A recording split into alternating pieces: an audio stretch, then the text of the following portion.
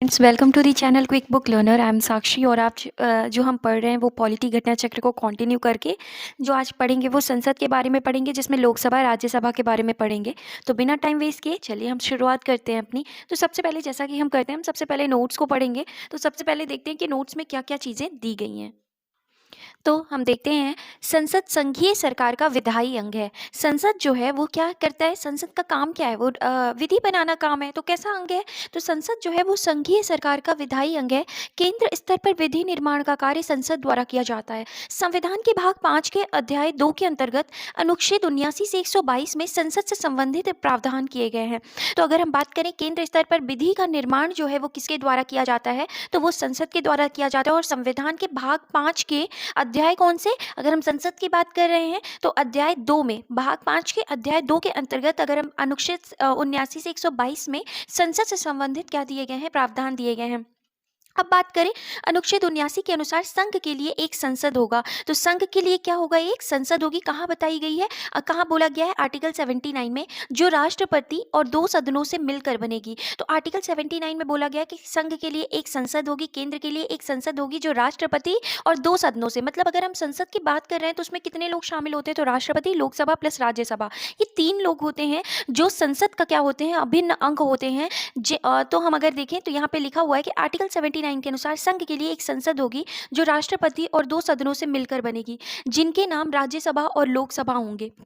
अनुच्छेद 81 के अनुसार लोकसभा राज्यों से 530 से अनधिक और संघ राज्य क्षेत्र से 20 से अनधिक प्रतिनिधि सदस्यों को, अगर हम बात करें, से मिलकर बनेगी। तो अगर हम यहाँ देख रहे हैं, हमें फिर से देखते हैं आर्टिकल, अगर हम 81 की बात कर रहे हैं तो लोकसभा जो है वो किस तरीके से, लोकसभा आर्टिकल 81 में लोकसभा के बारे में बताया गया है कि राज्यों से 530 से अनधिक, मतलब राज्यों से 530 से ज़्यादा नहीं होने चाहिए, संघ राज्य क्षेत्रों से 20 से ज़्यादा नहीं होने चाहिए, से मिलकर बनेगी। तो लोकसभा में राज्यों से कितने रिप्रेजेंटेटिव को चुना जाता है, 530 से, और संघ राज्य क्षेत्र से 20 से। तो इस तरीके से 550 हो जाते हैं। यदि राष्ट्रपति की राय में लोकसभा में आंग्ल भारतीय समुदाय का प्रतिनिधित्व पर्याप्त नहीं हो, तो अनुच्छेद 331 के तहत उसके द्वारा लोकसभा में उसे उस समुदाय से 2 सदस्य मनोनीत करने की क्या थी, व्यवस्था थी, जिसे अभी फिलहाल में 104वां संविधान संशोधन अधिनियम 2019 द्वारा क्या कर दिया गया है, हटा दिया गया है। तो इस तरीके से लोकसभा में कुल कितनी सीटें हुआ करती थी, 552। तो हमने देखा कि किस तरीके से 552,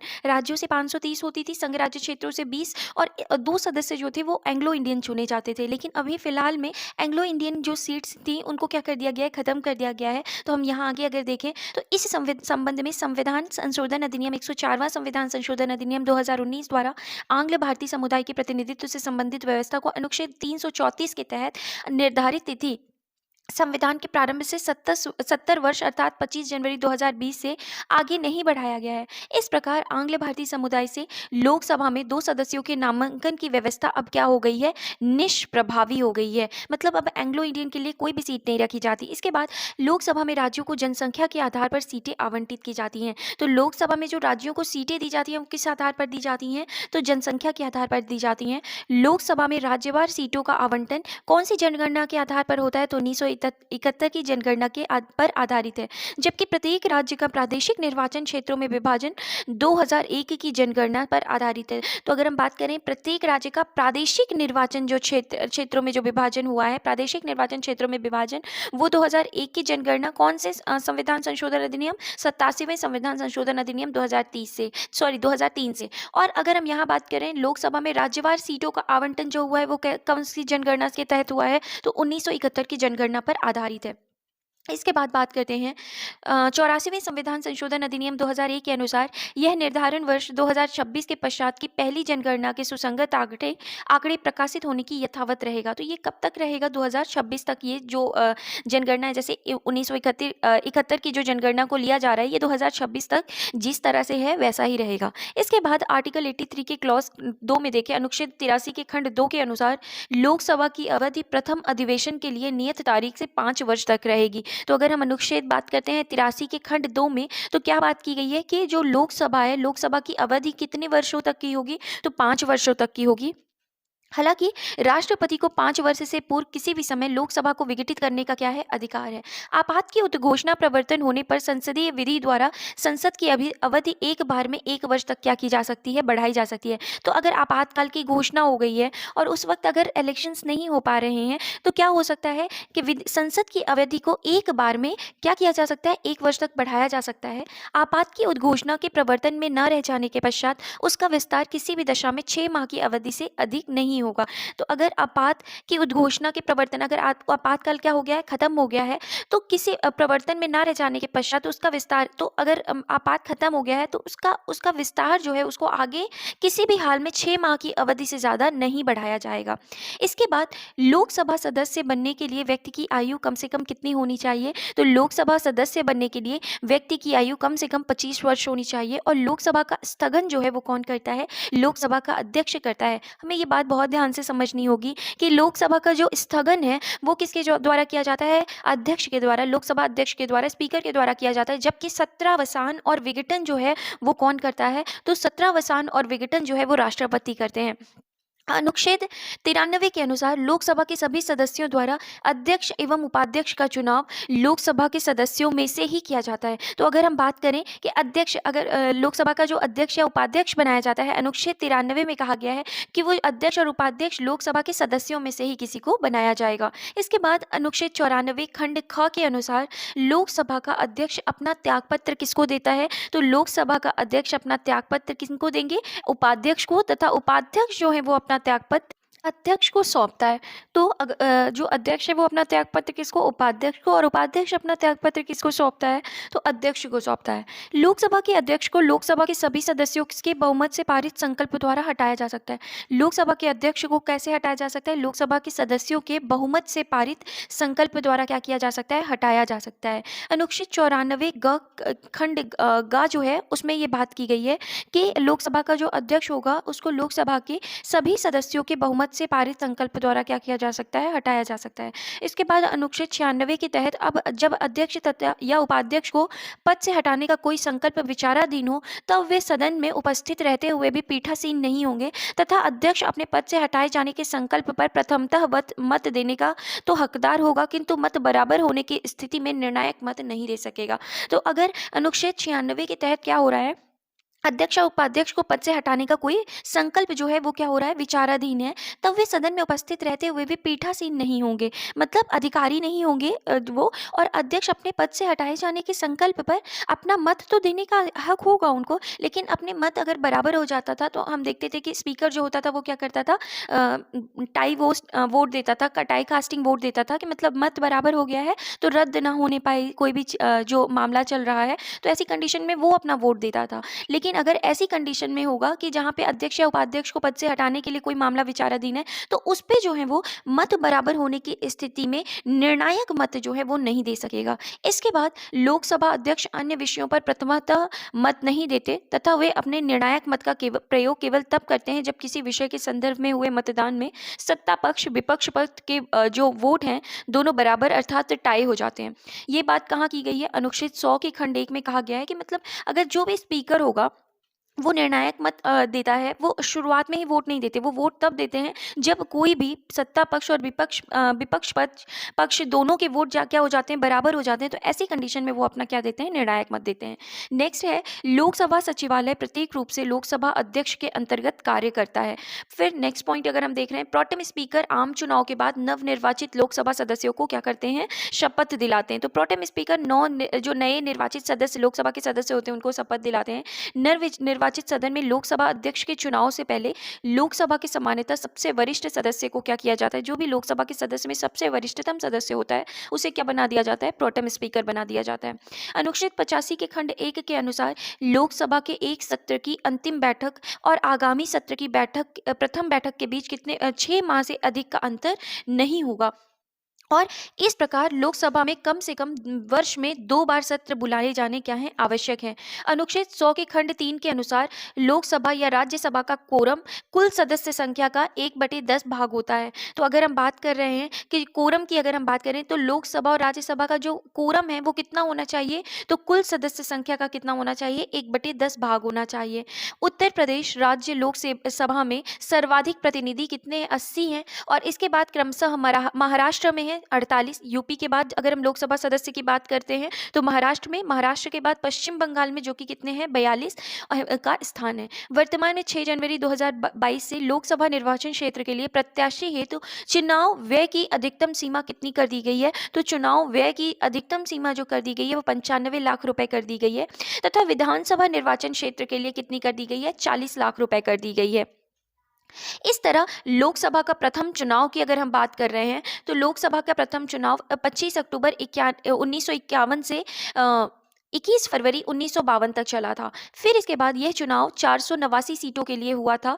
प्रथम लोकसभा का पहला अधिवेशन जो हुआ था, तो प्रथम लोकसभा का अगर हम पहली बैठक बताएं तो कब हुई थी, 13 मई 1952 को हुई थी। 15 मई 1952 को गणेश वासुदेव मावलंकर को लोकसभा के प्रथम अध्यक्ष बनाया गया था। तो किसको बनाया गया था, जीवी मावलंकर को लोकसभा का प्रथम अध्यक्ष बनाया गया था। कब, 15 मई 1952 को।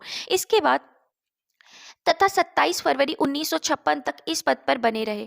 पहली लोकसभा के शेष कार्यकाल के लिए तत्कालीन उपाध्यक्ष एम अनंत शयनम आयंगर लोकसभा अध्यक्ष। तो अगर हम बात करें पहली लोकसभा के शेष कार्यकाल के लिए जो तत्कालीन उपाध्यक्ष जो बनाए गए थे वो किन्हें बनाया गया था, तो उपाध्यक्ष बनाया गया था एम अनंत शयनम आयंगर को। लोकसभा अध्यक्ष 8 मार्च 1956 को बने थे और जो कि द्वितीय लोकसभा के भी क्या थे, अध्यक्ष थे। तो हम किसकी बात कर रहे हैं, अनंत शयनम की, कि ये लोकसभा अध्यक्ष बने, दूसरे लोकसभा अध्यक्ष बने थे कौन, एम अनंत शयनम आयंगर। वर्ष 1954 में जेबी कृपलानी सहित विपक्ष के 21 सांसदों द्वारा लोकसभा के प्रथम अध्यक्ष जीवी मावलंकर के विरुद्ध अविश्वास प्रस्ताव लाया गया था, जिसे लोकसभा द्वारा अस्वीकृत कर दिया गया था। तो 1954 में जेबी कृपलानी सहित विपक्ष के 21 सांसदों द्वारा लोकसभा के प्रथम अध्यक्ष जीवी मावलंकर के विरुद्ध क्या लाया गया था, अविश्वास प्रस्ताव लाया गया था, जिसे लोकसभा द्वारा अस्वीकृत कर दिया गया था। और लोकसभा की प्रथम महिला जो अध्यक्ष बनी थी वो कौन थी, मीरा कुमार थी। 2009 से 14 तक बनी थी। और वर्तमान में जो लोकसभा अध्यक्ष कौन है, ओम बिरला है। अब हम क्वेश्चंस को देखते हैं एक्सप्लेनेशन के बाद। तो पहला क्वेश्चन है कि लोकसभा के लिए चुनाव में निर्वाचित होने के लिए किसी व्यक्ति के लिए न्यूनतम आयु सीमा क्या है। तो अभी हमने पढ़ा है कि लोकसभा के चुनाव में न्यूनतम आयु कितनी होनी चाहिए, तो 25 वर्ष होनी चाहिए। एक्सप्लेनेशन देखते हैं कि संविधान के अनुच्छेद 84 खंड ख के अनुसार लोकसभा में निर्वाचित होने के लिए न्यूनतम आयु सीमा 25 वर्ष है तथा राज्यसभा में निर्वाचित होने के लिए न्यूनतम आयु सीमा जो है वो कितनी है, 30 वर्ष है। नेक्स्ट क्वेश्चन की ओर आगे बढ़े। संसद सदस्य बनने हेतु न्यूनतम उम्र क्या है। तो संसद का सदस्य बनने के लिए न्यूनतम उम्र क्या है, तो 25 वर्ष है। अगर हमें लोकसभा का सदस्य बनना है तो न्यूनतम उम्र क्या है, 25 वर्ष है। हालांकि यहाँ पे संसद शब्द का प्रयोग हुआ है, तो अगर हम लोकसभा की बात करेंगे तो 25 वर्ष और अगर राज्यसभा की बात कर रहे हैं तो क्या 30 वर्ष। इसके बाद अगर एक्सप्लेनेशन ऑलरेडी हमने देखा है। फिर नेक्स्ट क्वेश्चन है, लोकसभा का सदस्य चुने जाने के लिए एक व्यक्ति को किस आयु से कम का नहीं होना चाहिए। तो लोकसभा का सदस्य चुने जाने के लिए 25 वर्ष से कम नहीं होने चाहिए। नेक्स्ट क्वेश्चन है, लोकसभा के निर्वाचन के बारे में निम्नलिखित में से कौन सा कथन जो है सही नहीं है। निर्वाचन वयस्क मताधिकार के आधार पर होता है, बिल्कुल सही है। निर्वाचनों का संचालन निर्वाचन आयोग करता है, ठीक है। निर्वाचनों के लिए मतदाताओं की सूची को राष्ट्रपति के निर्देशन और नियंत्रण में तैयार किया जाता है। और चौथा ऑप्शन है, निर्वाचन आयोग के अनुरोध पर राष्ट्रपति निर्वाचन आयोग को उसके कार्यों के निर्वहन के लिए आवश्यक कर्मचारी वृंद उपलब्ध कराते हैं। तो डी ऑप्शन भी क्या है, बिल्कुल सही है। अगर हम यहाँ पे अगर क्वेश्चंस में देखें तो जो ये थर्ड ऑप्शन है ये क्या है, गलत है। निर्वाचन के लिए मतदाताओं की सूची को राष्ट्रपति के निर्देशन और नियंत्रण में तैयार किया जाता है, नहीं। निर्वाचनों के लिए मतदाताओं की जो सूची है वो निर्वाचन आयोग के निर्देशन और नियंत्रण में क्या किया जाता है, तैयार किया जाता है। तो ये थर्ड ऑप्शन क्या है, गलत है। भारत में एक्सप्लेनेशन देखते हैं। भारत में संसद और प्रत्येक राज्य के विधानमंडल के लिए कराए जाने वाले सभी निर्वाचनों तथा राष्ट्रपति और उपराष्ट्रपति के पदों के लिए मतदाता सूची को तैयार करने का कार्य किसका होता है, तो केंद्रीय निर्वाचन आयोग का होता है, ना कि राष्ट्रपति का होता है। और तो केंद्रीय निर्वाचन आयोग के निर्देशन और नियंत्रण में किया जाता है, कहाँ बोला गया, अनुच्छेद 324 के खंड 1 में। अन्य प्रश्नगत कथन जो है वो क्या है, सही है। नेक्स्ट क्वेश्चन है लोकसभा के निर्वाचन के लिए नामांकन पत्र। तो लोकसभा के निर्वाचन के लिए जो नामांकन पत्र है वो भारत के किसी नागरिक द्वारा जिसका नाम किसी निर्वाचन क्षेत्र की मतदाता सूची में है दाखिल किया जा सकता है। तो ये जो थर्ड ऑप्शन है वो क्या है, सही है। लोकसभा के निर्वाचन के लिए जो नामांकन पत्र बनता है वो भारत के किसी नागरिक द्वारा जिसका नाम किसी निर्वाचन क्षेत्र की मतदाता सूची में है वो क्या किया जा सकता है, दाखिल किया जा सकता है। अन्य जो ऑप्शन से देख लेते हैं, भारत में निवास करने वाले किसी भी व्यक्ति द्वारा दाखिल किया जा सकता है, नहीं। जो जिस निर्वाचन क्षेत्र में निर्वाचन लड़ा जाना है वहाँ के किसी निवासी द्वारा दाखिल किया जा सकता है, गलत है। और डी ऑप्शन है भारत के किसी भी नागरिक द्वारा दाखिल किया जा सकता है, तो नहीं। भारत के किसी नागरिक द्वारा जिसका नाम किसी निर्वाचन क्षेत्र की क्या है, मतदाता सूची में है, दाखिल किया जा सकता है। एक्सप्लेनेशन देख लेते हैं इसका कि लोक प्रतिनिधित्व अधिनियम 1951 की धारा 4 के अनुसार लोकसभा सदस्य के निर्वाचन के लिए किसी भी सामान्य सीट से नामांकन पत्र दाखिल करने के लिए किसी नागरिक को किसी भी राज्य या संघ राज्य क्षेत्र के किसी निर्वाचन क्षेत्र का पंजीकृत मतदाता होना चाहिए। अनुसूचित जातियों के लिए आरक्षित लोकसभा सीटों पर नामांकन के लिए किसी भी राज्य की अनुसूचित जाति का सदस्य होना तथा किसी भी संसदीय निर्वाचन क्षेत्र में पंजीकृत मतदाता होना आवश्यक है। असम के स्वायत्त शासी जिलों और लक्षद्वीप के अनुसूचित जनजातियों के लिए आरक्षित लोकसभा सीटों पर नामांकन हेतु उसी क्षेत्र का अनुसूचित जनजाति का होना तथा उसी स्वायत्त शासी जिले या संसदीय क्षेत्र का पंजीकृत मतदाता होना आवश्यक है। जबकि देश की अन्य अनुसूचित जनजातियों के लिए आरक्षित सीटों पर नामांकन हेतु किसी भी राज्य की अनुसूचित जनजाति का सदस्य होना और किसी भी संसदीय निर्वाचन क्षेत्र में पंजीकृत मतदाता होना आवश्यक है। तो सिक्किम की लोकसभा सीट पर नामांकन हेतु उसी संसदीय क्षेत्र का पंजीकृत मतदाता होना आवश्यक है। वर्ष 2003 में सरकार द्वारा राज्यसभा के निर्वाचन के लिए उसी राज्य में पंजीकृत मतदाता होने की बाध्यता को क्या कर दिया गया है, समाप्त कर दिया गया है। नेक्स्ट क्वेश्चन देखते हैं, लोकसभा में राज्यों को किस आधार पर सीटें आवंटित होती हैं। तो अगर हमने पहले ही पढ़ा है कि जनगणना 1971 के हिसाब से क्या किया जा रहा है, जो सीटें हैं लोकसभा में वो आवंटित की गई। तो जो लोकसभा में राज्यों को किस आधार पर सीटें आवंटित की जाती हैं, तो जनसंख्या के आधार पर सीटें क्या की जाती हैं, आवंटित की जाती हैं। इसके बाद अगर हम एक्सप्लेनेशन देखते हैं तो लोकसभा के सदस्यों के चुनाव के प्रयोजन के लिए प्रत्येक राज्य को प्रादेशिक निर्वाचन क्षेत्रों में विभक्त कर दिया गया है। प्रत्येक राज्य को प्रादेशिक निर्वाचन क्षेत्रों में ऐसी रीति से विभाजित किया जाता है कि प्रत्येक निर्वाचन क्षेत्र की जनसंख्या तथा उसके लिए नियत किए गए सदस्यों की संख्या का अनुपात समस्त राज्य में यथासाध्य एक ही हो तथा प्रत्येक राज्य के लिए लोकसभा के स्थानों की संख्या का बंटवारा ऐसी रीत से किया जाएगा कि स्थानों की संख्या से राज्य की जनसंख्या का अनुपात समस्त राज्यों के लिए यथासाध्य क्या हो, एक ही हो। अनुच्छेद अगर हम बात करें 81 के खंड 2 क और ख में इस प्रकार से बातें की गई हैं। और अब नेक्स्ट अगर टॉप पॉइंट देखें, इस प्रकार संविधान लोकसभा के निर्वाचन में प्रतिनिधित्व की एकरूपता जनसंख्या के आधार पर दो प्रकार से स्थापित करने का क्या करता है, उपबंध करता है विभिन्न राज्यों में। और पहला तो क है विभिन्न राज्यों में और दूसरा एक राज्य के विभिन्न निर्वाचन क्षेत्रों में। नेक्स्ट क्वेश्चन देखें, भारत के संविधान के अनुच्छेद 82 के अनुसार लोकसभा की सीटों का राज्यों के मध्य आवंटन कौन सी जनगणना के आधार पर है। तो अभी हमने पढ़ा है 1971 की जनगणना के आधार पर है। एक्सप्लेनेशन देखते हैं, संविधान के अनुच्छेद 81 और एवं अनुच्छेद 82 के अनुसार लोकसभा की सीटों का राज्यों के मध्य आवंटन 1971 की जनगणना के आधार पर है। यह व्यवस्था पहले वर्ष 2000 तक के लिए थी, परंतु 84वें संविधान संशोधन अधिनियम 2001 द्वारा इसे 2026 के पश्चात की गई पहली जनगणना के सुसंगत आंकड़े प्रकाशित होने तक संशोधित न किए जाने का क्या किया गया है, प्रावधान किया गया है। तो 1971 की जनगणना के आधार पर होता है और ये कब तक के लिए हो गया, 2026 तक के लिए। कौन से संविधान संशोधन के द्वारा, 84वें संविधान संशोधन अधिनियम 2001 के द्वारा। नेक्स्ट क्वेश्चन देखते हैं, वर्तमान लोकसभा में प्रत्येक राज्य के लिए स्थानों का आवंटन आधारित है। तो हमने अभी पढ़ा है कि 1971 की जनगणना के आधार पर।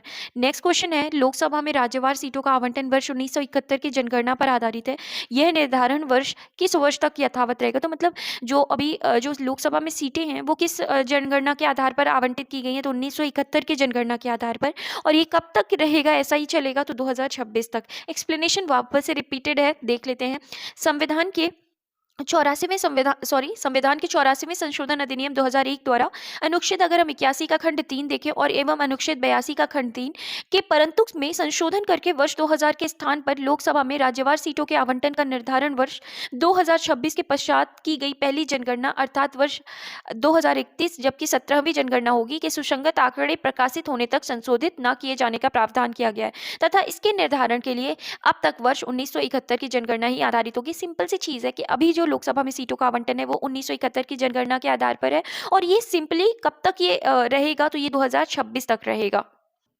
नेक्स्ट क्वेश्चन है 84वें संशोधन अधिनियम द्वारा लोकसभा की कुल सदस्य सीटों की संख्या का निर्धारण 1971 की जनगणना के आधार पर कर दिया गया है।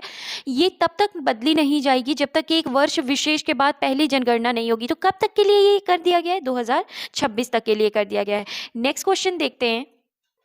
नेक्स्ट क्वेश्चन है भारत की संविधान में निर्धारित की गई लोकसभा में सदस्यों की अधिकतम संख्या हो सकती है।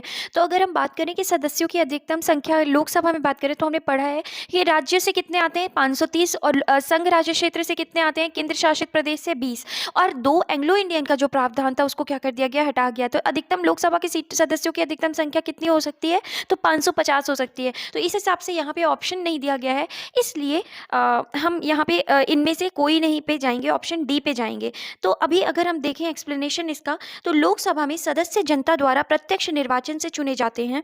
इसके सदस्यों की अधिकतम संख्या 552 मतलब जिसमें 530 राज्यों से और 20 संघ राज्यों से और 2 एंग्लो इंडियन समुदाय से हो सकती थी। लेकिन अगर हम बात करें अनुच्छेद 81 ये सारी चीज़ें 104वें संविधान संशोधन अधिनियम 2019 द्वारा लोकसभा एवं राज्य विधानसभाओं में आंग्ल भारतीय समुदाय के प्रतिनिधित्व के लिए सदस्यों को नामित करने की व्यवस्था को आगे न बढ़ाते हुए क्या कर दिया गया है, निष्प्रभावी कर दिया गया है। और तब से अब लोकसभा के सदस्यों की अधिकतम संख्या कितनी हो गई है, तो लोकसभा के जो सदस्यों की अधिकतम संख्या है वो कितनी हो गई है, 550 हो सकती है। और नेक्स्ट क्वेश्चन है निम्न संवैधानिक संशोधन में से कौन से राज्यों से निर्वाचित होने वाले लोकसभा के सदस्यों की संख्या में वृद्धि करने से संबंधित है। तो अगर हम बात करें कि कौन सा संवैधानिक संशोधन है जिसमें राज्यों से निर्वाचित होने वाले लोकसभा के सदस्यों की संख्या में वृद्धि करने से संबंधित है, तो वो कौन सा है, 7वां तथा 31वां संविधान संशोधन है। एक्सप्लेनेशन देख लेते हैं कि 7वें संविधान संशोधन अधिनियम 1956 द्वारा राज्यों का पुनर्गठन किया गया और अनुच्छेद 81 के तहत राज्यों से निर्वाचित होने वाले लोकसभा सदस्यों की संख्या अधिकतम 500 और संघ राज्य क्षेत्रों में चुने जाने वाले लोकसभा सदस्यों की संख्या अधिकतम कितनी कर दी गई है, 20 निर्धारित कर दी गई। कौन से संविधान संशोधन, 7वें संविधान संशोधन अधिनियम 1956 द्वारा। और 31वें संविधान संशोधन अधिनियम 1973 द्वारा राज्य और संघ राज्य क्षेत्रों से चुने जाने वाले लोकसभा सदस्यों की अधिकतम संख्या क्रमशः 525 और 20 कुल मतलब 545 निर्धारित की गई। 14वें संविधान संशोधन अधिनियम 1962 द्वारा संघ राज्य क्षेत्रों से चुने जाने वाले लोकसभा सदस्यों की अधिकतम संख्या को बढ़ाकर कितना किया गया, 25 किया गया था, जिसे 31वें संविधान संशोधन में पुनः क्या कर दिया गया है, 20 कर दिया गया है। तत्पश्चात गोवा दमन दीव पुनर्गठन अधिनियम 1987 के द्वारा निर्वाचित लोकसभा सदस्यों की कुल अधिकतम संख्या बढ़ाकर 530 से अनधिक राज्यों में और 20 से अनधिक संघ राज्य क्षेत्र में क्या कर दिया गया है, निर्धारित कर दिया गया है। नेक्स्ट क्वेश्चन है कि संविधान के किस संशोधन ने लोकसभा के सदस्यों की संख्या 525 से बढ़ाकर 545 कर दी है। तो कौन से संविधान संशोधन के द्वारा ऐसा किया गया, तो ये 31वें संविधान संशोधन द्वारा जो लोकसभा के सदस्यों की संख्या 525 हुआ करती थी उसे बढ़ा करके 545 कर दिया गया। एक्सप्लेनेशन देखें, 31वें संविधान संशोधन अधिनियम 1973 द्वारा लोकसभा में राज्यों के प्रतिनिधित्व की अधिकतम संख्या 500 से बढ़ाकर 525 तथा केंद्र शासित प्रदेशों के सदस्यों की अधिकतम संख्या 25 से घटाकर क्या कर दी गई थी, 20 कर दी गई थी। और अनुच्छेद 81 के खंड 1 के संशोधन द्वारा ये क्या किया गया था, अनुच्छेद 81 के खंड 1 में संशोधन द्वारा ये क्या किया गया था, प्रावधान लाया गया था। इस प्रकार लोकसभा में कुल निर्वाचित सदस्यों की अधिकतम संख्या 525 से बढ़ा करके क्या कर दी गई थी, 545 कर दी गई। ज्ञातव्य है कि वर्तमान में लोकसभा की अधिकतम निर्वाचित सदस्य संख्या 550 हो सकती है, जिसमें 530 से अनधिक सदस्य राज्यों से तथा 20 से अनधिक सदस्य केंद्र शासित प्रदेशों से निर्वाचित हो सकते हैं। और अगर हम यहाँ देखें 104वें संविधान संशोधन अधिनियम 2019 द्वारा लोकसभा में 2 आंग्ल भारतीय सदस्यों के मनोनयन के प्रावधान को आगे न बढ़ाते हुए निष्प्रभावी कर दिया गया है। वर्तमान में 543 लोकसभा निर्वाचन क्षेत्रों में 524 निर्वाचन क्षेत्र राज्यों के हैं, जबकि शेष 19 निर्वाचन क्षेत्र केंद्र शासित प्रदेशों के जैसे कि दिल्ली में 7, अंडमान निकोबार का 1, दादर नागर हवेली तथा दमन दीव में 2 सीट्स है, लक्षद्वीप में 1, पुदुचेरी में 1, चंडीगढ़ में 1, जम्मू कश्मीर में 5 और लद्दाख में 1 है। नेक्स्ट क्वेश्चन है लोकसभा में सदस्यों की जो अधिकतम संख्या निर्धारित की गई है, तो हमने अभी पढ़ा कि जो अधिकतम संख्या निर्धारित की गई है वो कितनी है, 550 है। नेक्स्ट क्वेश्चन है लोकसभा की वर्तमान सदस्य संख्या कितनी है। तो जो अगर हम बात करें कि लोकसभा की वर्तमान सदस्य संख्या जो है तो वो कितनी है, तो अभी वर्तमान में जो सदस्य संख्या है वो 545 है। तो यहाँ पे लेकिन 2010 के हिसाब से तो यहाँ पे क्या है, 543। इसके बाद नेक्स्ट क्वेश्चन है लोकसभा में केंद्र शासित क्षेत्रों का सर्वाधिक प्रतिनिधित्व कितना हो सकता है। तो लोकसभा में केंद्र शासित क्षेत्रों का जो सर्वाधिक प्रतिनिधित्व कितना हो सकता है? 20 हो सकता है। नेक्स्ट क्वेश्चन है, आम चुनाव 2009 में 543 लोकसभा निर्वाचन क्षेत्रों के लिए चुनाव हुआ। इनमें से कितने लोकसभा निर्वाचन क्षेत्र राज्यों के थे? तो कितने राज्यों के थे? तो हमने पढ़ा है कि राज्यों के कितने रहते हैं? 530।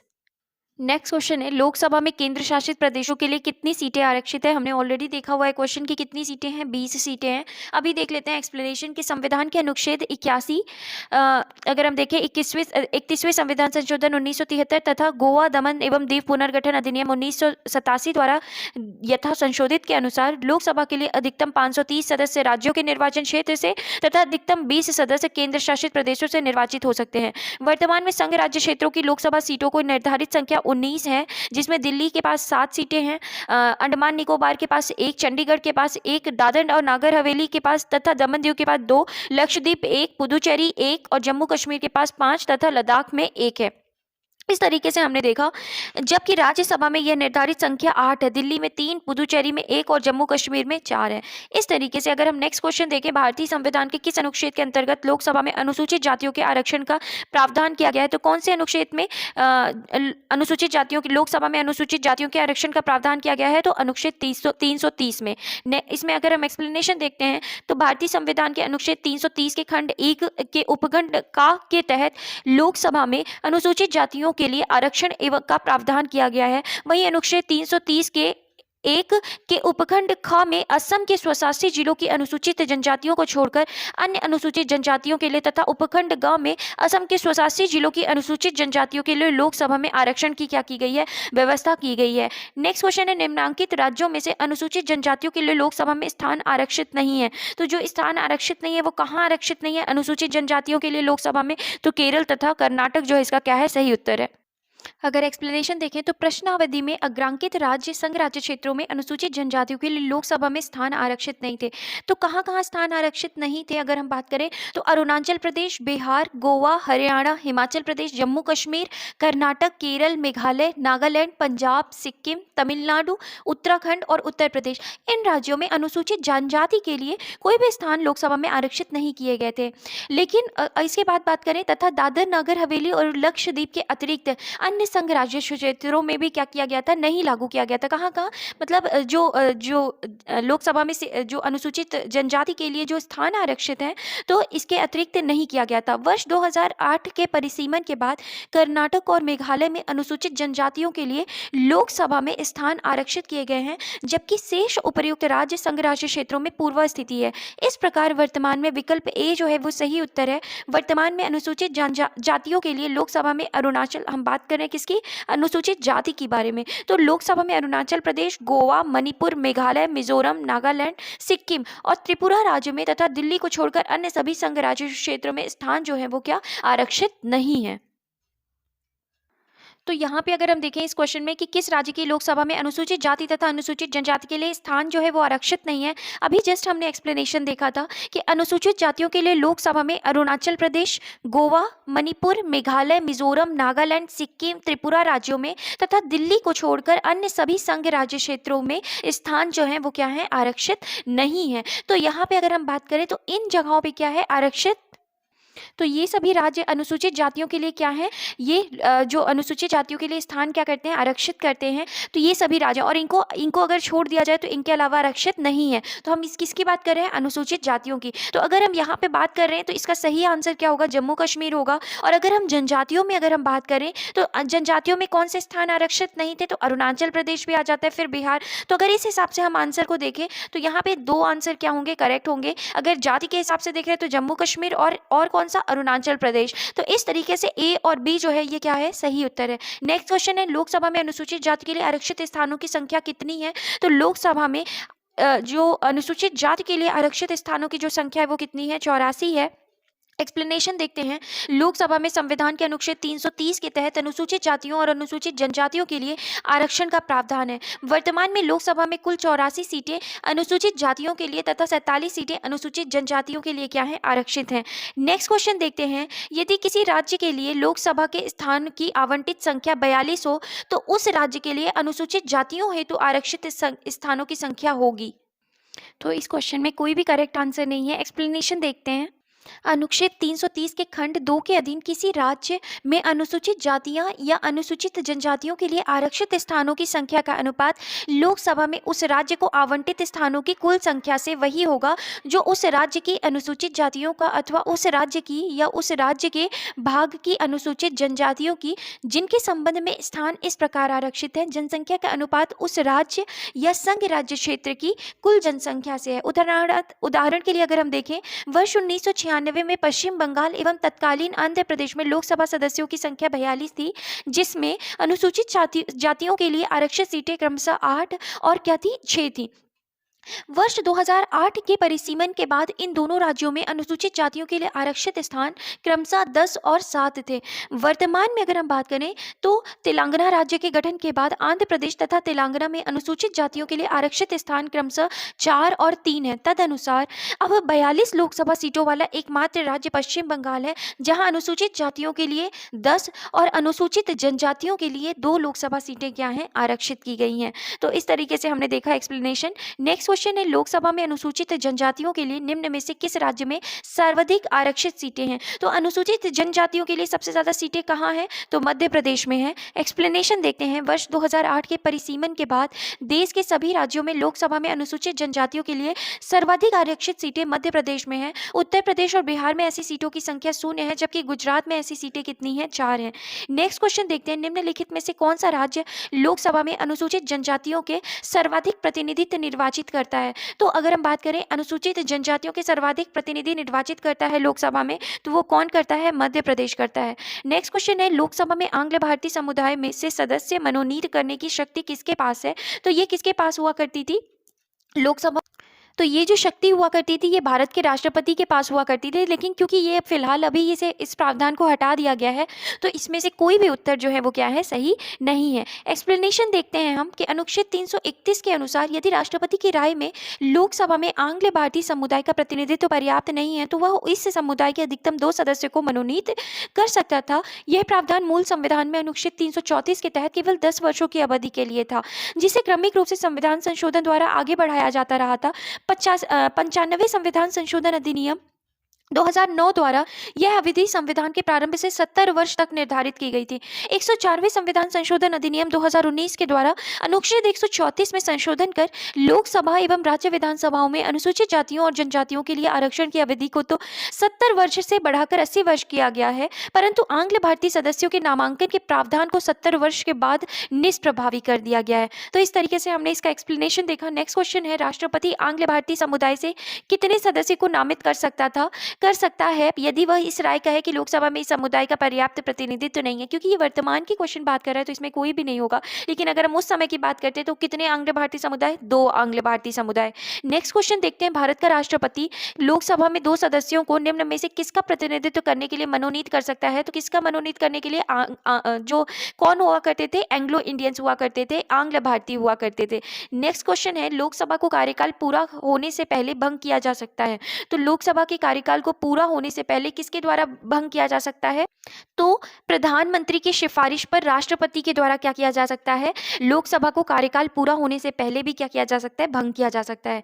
तो इसका अगर हम एक्सप्लेनेशन देखें तो अनुच्छेद 85 के खंड 2 का उपखंड ख के अनुसार लोकसभा को कार्यकाल पूरा होने से पहले भंग किया जा सकता है। ऐसा प्रधानमंत्री या मंत्रिपरिषद की सिफारिश पर राष्ट्रपति द्वारा किया जा सकता है। हालांकि यदि मंत्रिपरिषद ने लोकसभा में बहुमत खो दिया है तो ऐसी मंत्रिपरिषद की सलाह पर लोकसभा को समय पूर्व भंग करने की बजाय राष्ट्रपति नई सरकार बन सकने की संभावना के संदर्भ में स्वविवेक का भी क्या कर सकती है, प्रयोग कर सकती है। नेक्स्ट क्वेश्चन है, लोकसभा को उसके कार्यकाल की समाप्ति के पूर्व भी भंग किया जा सकता है। तो ये जो भंग किया जा सकता है, हमने क्वेश्चन देखा है कि राष्ट्रपति द्वारा मंत्रिपरिषद की सलाह पर पूर्व भी, कार्यकाल के पूर्व भी भंग किया जा सकता है। नेक्स्ट क्वेश्चन है, हमें विचार करना है, भारत का राष्ट्रपति ऐसे स्थान पर जिसे वह ठीक समझे संसद का सत्र आहूत कर सकता है। सेकेंड है, भारत का संविधान 1 वर्ष में संसद के 3 सत्र का प्रावधान करता है, किंतु सभी 3 सत्रों को चलाया जाना अनिवार्य नहीं है। नेक्स्ट क्वेश्चन ऑप्शन है, 1 वर्ष में दिनों का कोई न्यूनतम संख्या निर्धारित नहीं है जब संसद का चलना क्या हो, आवश्यक हो।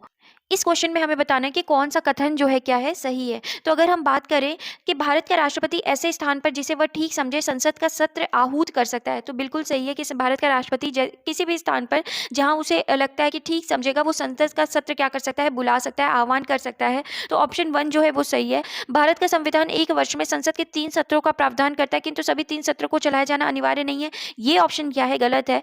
थर्ड ऑप्शन बात करते हैं, एक वर्ष में दिनों की कोई न्यूनतम संख्या निर्धारित नहीं है जब संसद का चलना क्या हो आवश्यक हो। तो ये थर्ड ऑप्शन क्या है, बिल्कुल सही है। तो इस हिसाब से अगर हम बात करें तो ऑप्शन सी जो है वो क्या है, सही है। अगर एक्सप्लेनेशन देखते हैं तो भारतीय संविधान के अनुच्छेद 85 के खंड 1 में वर्णित है कि राष्ट्रपति समय समय पर संसद के प्रत्येक सदन को ऐसे समय और स्थान पर जो वह ठीक समझे अधिवेशन के लिए आहूत करेगा, किंतु उसके एक सत्र की अंतिम बैठक और आगामी सत्र की प्रथम बैठक के लिए नियत तारीख के बीच 6 माह का अंतर नहीं होगा।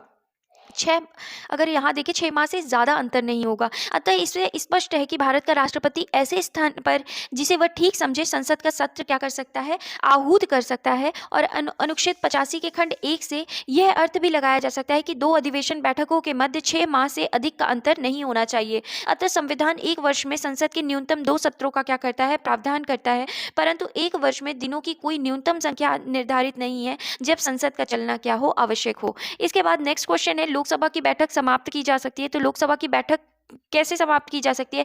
स्थगन के द्वारा भी की जा सकती है, विघटन के द्वारा भी और सत्रावसान के द्वारा भी। इसके बाद एक्सप्लेनेशन देखते हैं, लोकसभा की बैठक स्थगन, सत्रावसान और विघटन द्वारा क्या की जा सकती है, समाप्त किया जा सकता है। स्थगन जो है वो कौन करता है, लोकसभा का अध्यक्ष, जबकि सत्रावसान और विघटन जो है वो किसके द्वारा किया जाता है, राष्ट्रपति के द्वारा।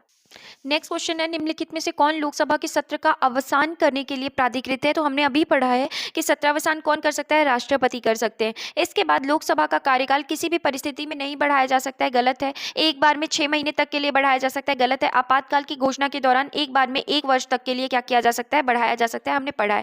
इसके बाद अगर हम एक्सप्लेनेशन देखते हैं तो अनुच्छेद 83 के खंड 2 के परंतु के अनुसार लोकसभा का कार्यकाल आपातकाल की उद्घोषणा के प्रवर्तन में रहने के दौरान संसदीय विधि द्वारा एक बार में 1 वर्ष तक के लिए बढ़ाया जा सकता है। तथापि आपात उद्घोषणा के प्रवर्तन में न रह जाने की स्थिति में, अगर मान लीजिए आपातकाल जो है खत्म हो गया है, तो ऐसी स्थिति में उसका विस्तार किसी भी दशा में 6 माह की अवधि से अधिक नहीं होगा। नेक्स्ट है, लोकसभा में कम से कम कितने सत्र बुलाए जा सकते हैं? तो वर्ष में कितने सत्र बुलाए जा सकते हैं? 2 सत्र क्या किए जा सकते हैं, बुलाए जा सकते हैं। अगर एक्सप्लेनेशन देखें तो अनुच्छेद 85 के खंड 1 के अनुसार लोकसभा के एक सत्र की अंतिम बैठक और आगामी सत्र की प्रथम बैठक के बीच 6 माह से अधिक का अंतर नहीं होगा। इस प्रकार लोकसभा में के कम से कम वर्ष में 2 बार सत्र क्या किए जाते हैं, बुलाए जाते हैं। नेक्स्ट क्वेश्चन, लोकसभा का कोरम कुल सदस्य संख्या का कितना होता है? तो अभी हमने पढ़ा था कि लोकसभा का कोरम जो होता है वो कितना होता है, 1/10 होता है। अगर हम एक्सप्लेनेशन देखते हैं तो अनुच्छेद 100 के खंड 3 के अनुसार लोकसभा या राज्यसभा का कोरम कुल सदस्य संख्या का 1/10 भाग होता है। मुख्य विपक्षी दल की मान्यता हेतु भी यही सदस्य संख्या क्या है, आवश्यक है। नेक्स्ट क्वेश्चन है, लोकसभा का अधिवेशन गठित करने हेतु गणपूर्ति कितनी है? तो अगर हम बात करें तो ये जो है सदन के सदस्यों की कुल संख्या का 10वां भाग। नेक्स्ट क्वेश्चन है, लोकसभा और राज्यसभा में गणपूर्ति संख्या कितनी है? तो कितनी है, कुल सदस्य संख्या का 1/10 भाग। नेक्स्ट क्वेश्चन है, कौन सा राज्य सबसे अधिक प्रतिनिधि लोकसभा में भेजता है? तो कौन सा राज्य है जो सबसे ज्यादा प्रतिनिधि भेजता है? हमने अभी पढ़ा था उत्तर प्रदेश राज्य है, जिसमें कुल प्रतिनिधि कितने, 80 हैं। इसके बाद एक्सप्लेनेशन देख लेते हैं, उत्तर प्रदेश लोकसभा और राज्यसभा में सर्वाधिक प्रतिनिधित्व क्रमशः 80 और 31 भेजता है। विकल्प में दिए गए अन्य राज्यों की लोकसभा में सदस्य संख्या इस प्रकार है, तो बिहार की 40, मध्य प्रदेश की 29 और पश्चिम बंगाल की 42।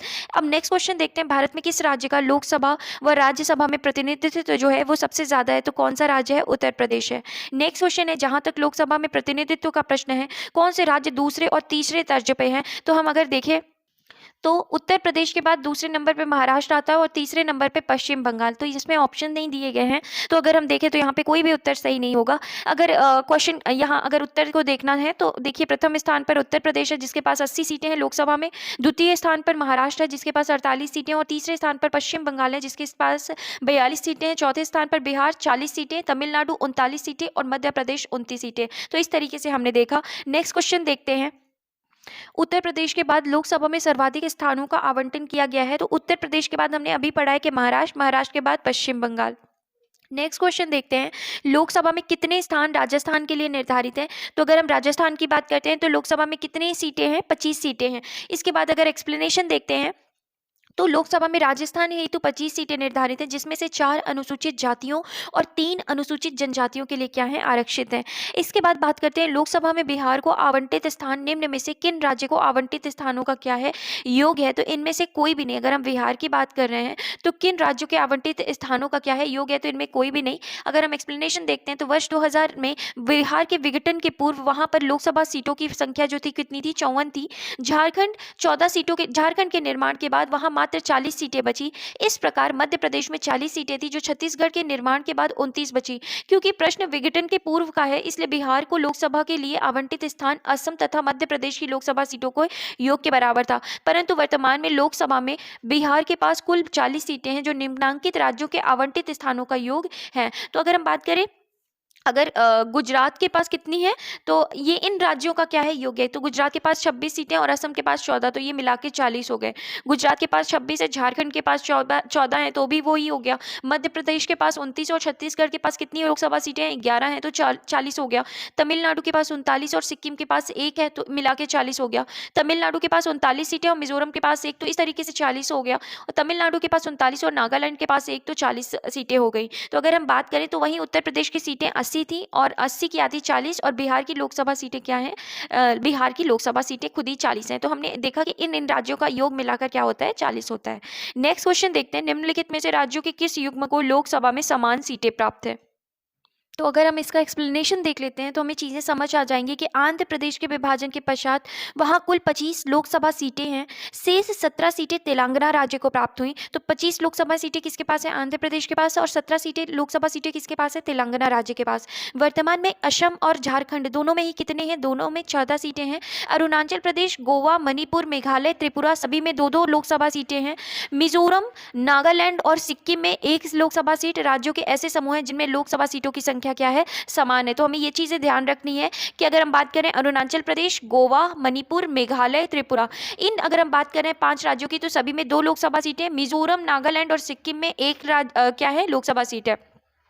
अब इसके बाद बात करते हैं, अगला प्रश्न है, निम्न में से कौन सा युग्म जो है वो सही नहीं है। तो कौन सा युग्म अगर सही नहीं है की बात करें, तो क्योंकि ये क्वेश्चन बहुत पहले के क्वेश्चन है, वर्तमान के उसमें क्वेश्चंस नहीं है, तो इसमें कोई भी करेक्ट ऑप्शन नहीं है। क्योंकि अभी हमने देखा था कि आंध्र प्रदेश में कुल जो संख्या हो गई है वो कितनी लोकसभा सीटें, 25 हैं, क्योंकि तेलंगाना राज्य बन गया और तेलंगाना को के पास कितनी सीटें हैं, 17 सीटें हैं। तो इस तरीके से इसमें कोई भी उत्तर जो है वो सही नहीं है। अब देखते हैं अगला प्रश्न, लेकिन उसके पहले हम लोकसभा में स्थान देख लेते हैं। तो पंजाब के पास कितनी लोकसभा सीटें हैं, 13, असम के पास 14, गुजरात के पास 26, राजस्थान के पास 25, मध्य प्रदेश के पास 29, तमिलनाडु के पास 39, आंध्र प्रदेश के पास 25, पश्चिम बंगाल के पास 42, छत्तीसगढ़ के पास 11 और महाराष्ट्र के पास 48। तो ये क्या है, लोकसभा में सीटों का क्या है, स्थान है। अब नेक्स्ट क्वेश्चन अगर हम देखें तो हमें बताना है कि लोकसभा में राज्यों के प्रतिनिधित्व को हमको क्या करना है, सुमेलित करना है। तो अगर हम बात करें आंध्र प्रदेश में कितनी सीटें हैं, तो आंध्र प्रदेश में 25 सीटें हैं। अगर हम बात करें तमिलनाडु की, तो तमिलनाडु में कुल कितनी सीटें हैं, तो 39 हैं। महाराष्ट्र में कुल कितनी सीटें हैं, तो 48 हैं। छत्तीसगढ़ में कुल कितनी सीटें हैं, तो 11 हैं। और पश्चिम बंगाल में कुल कितनी सीटें हैं, तो 42 हैं। तो इस तरीके से हमने क्या किया, मिलान किया हुआ है।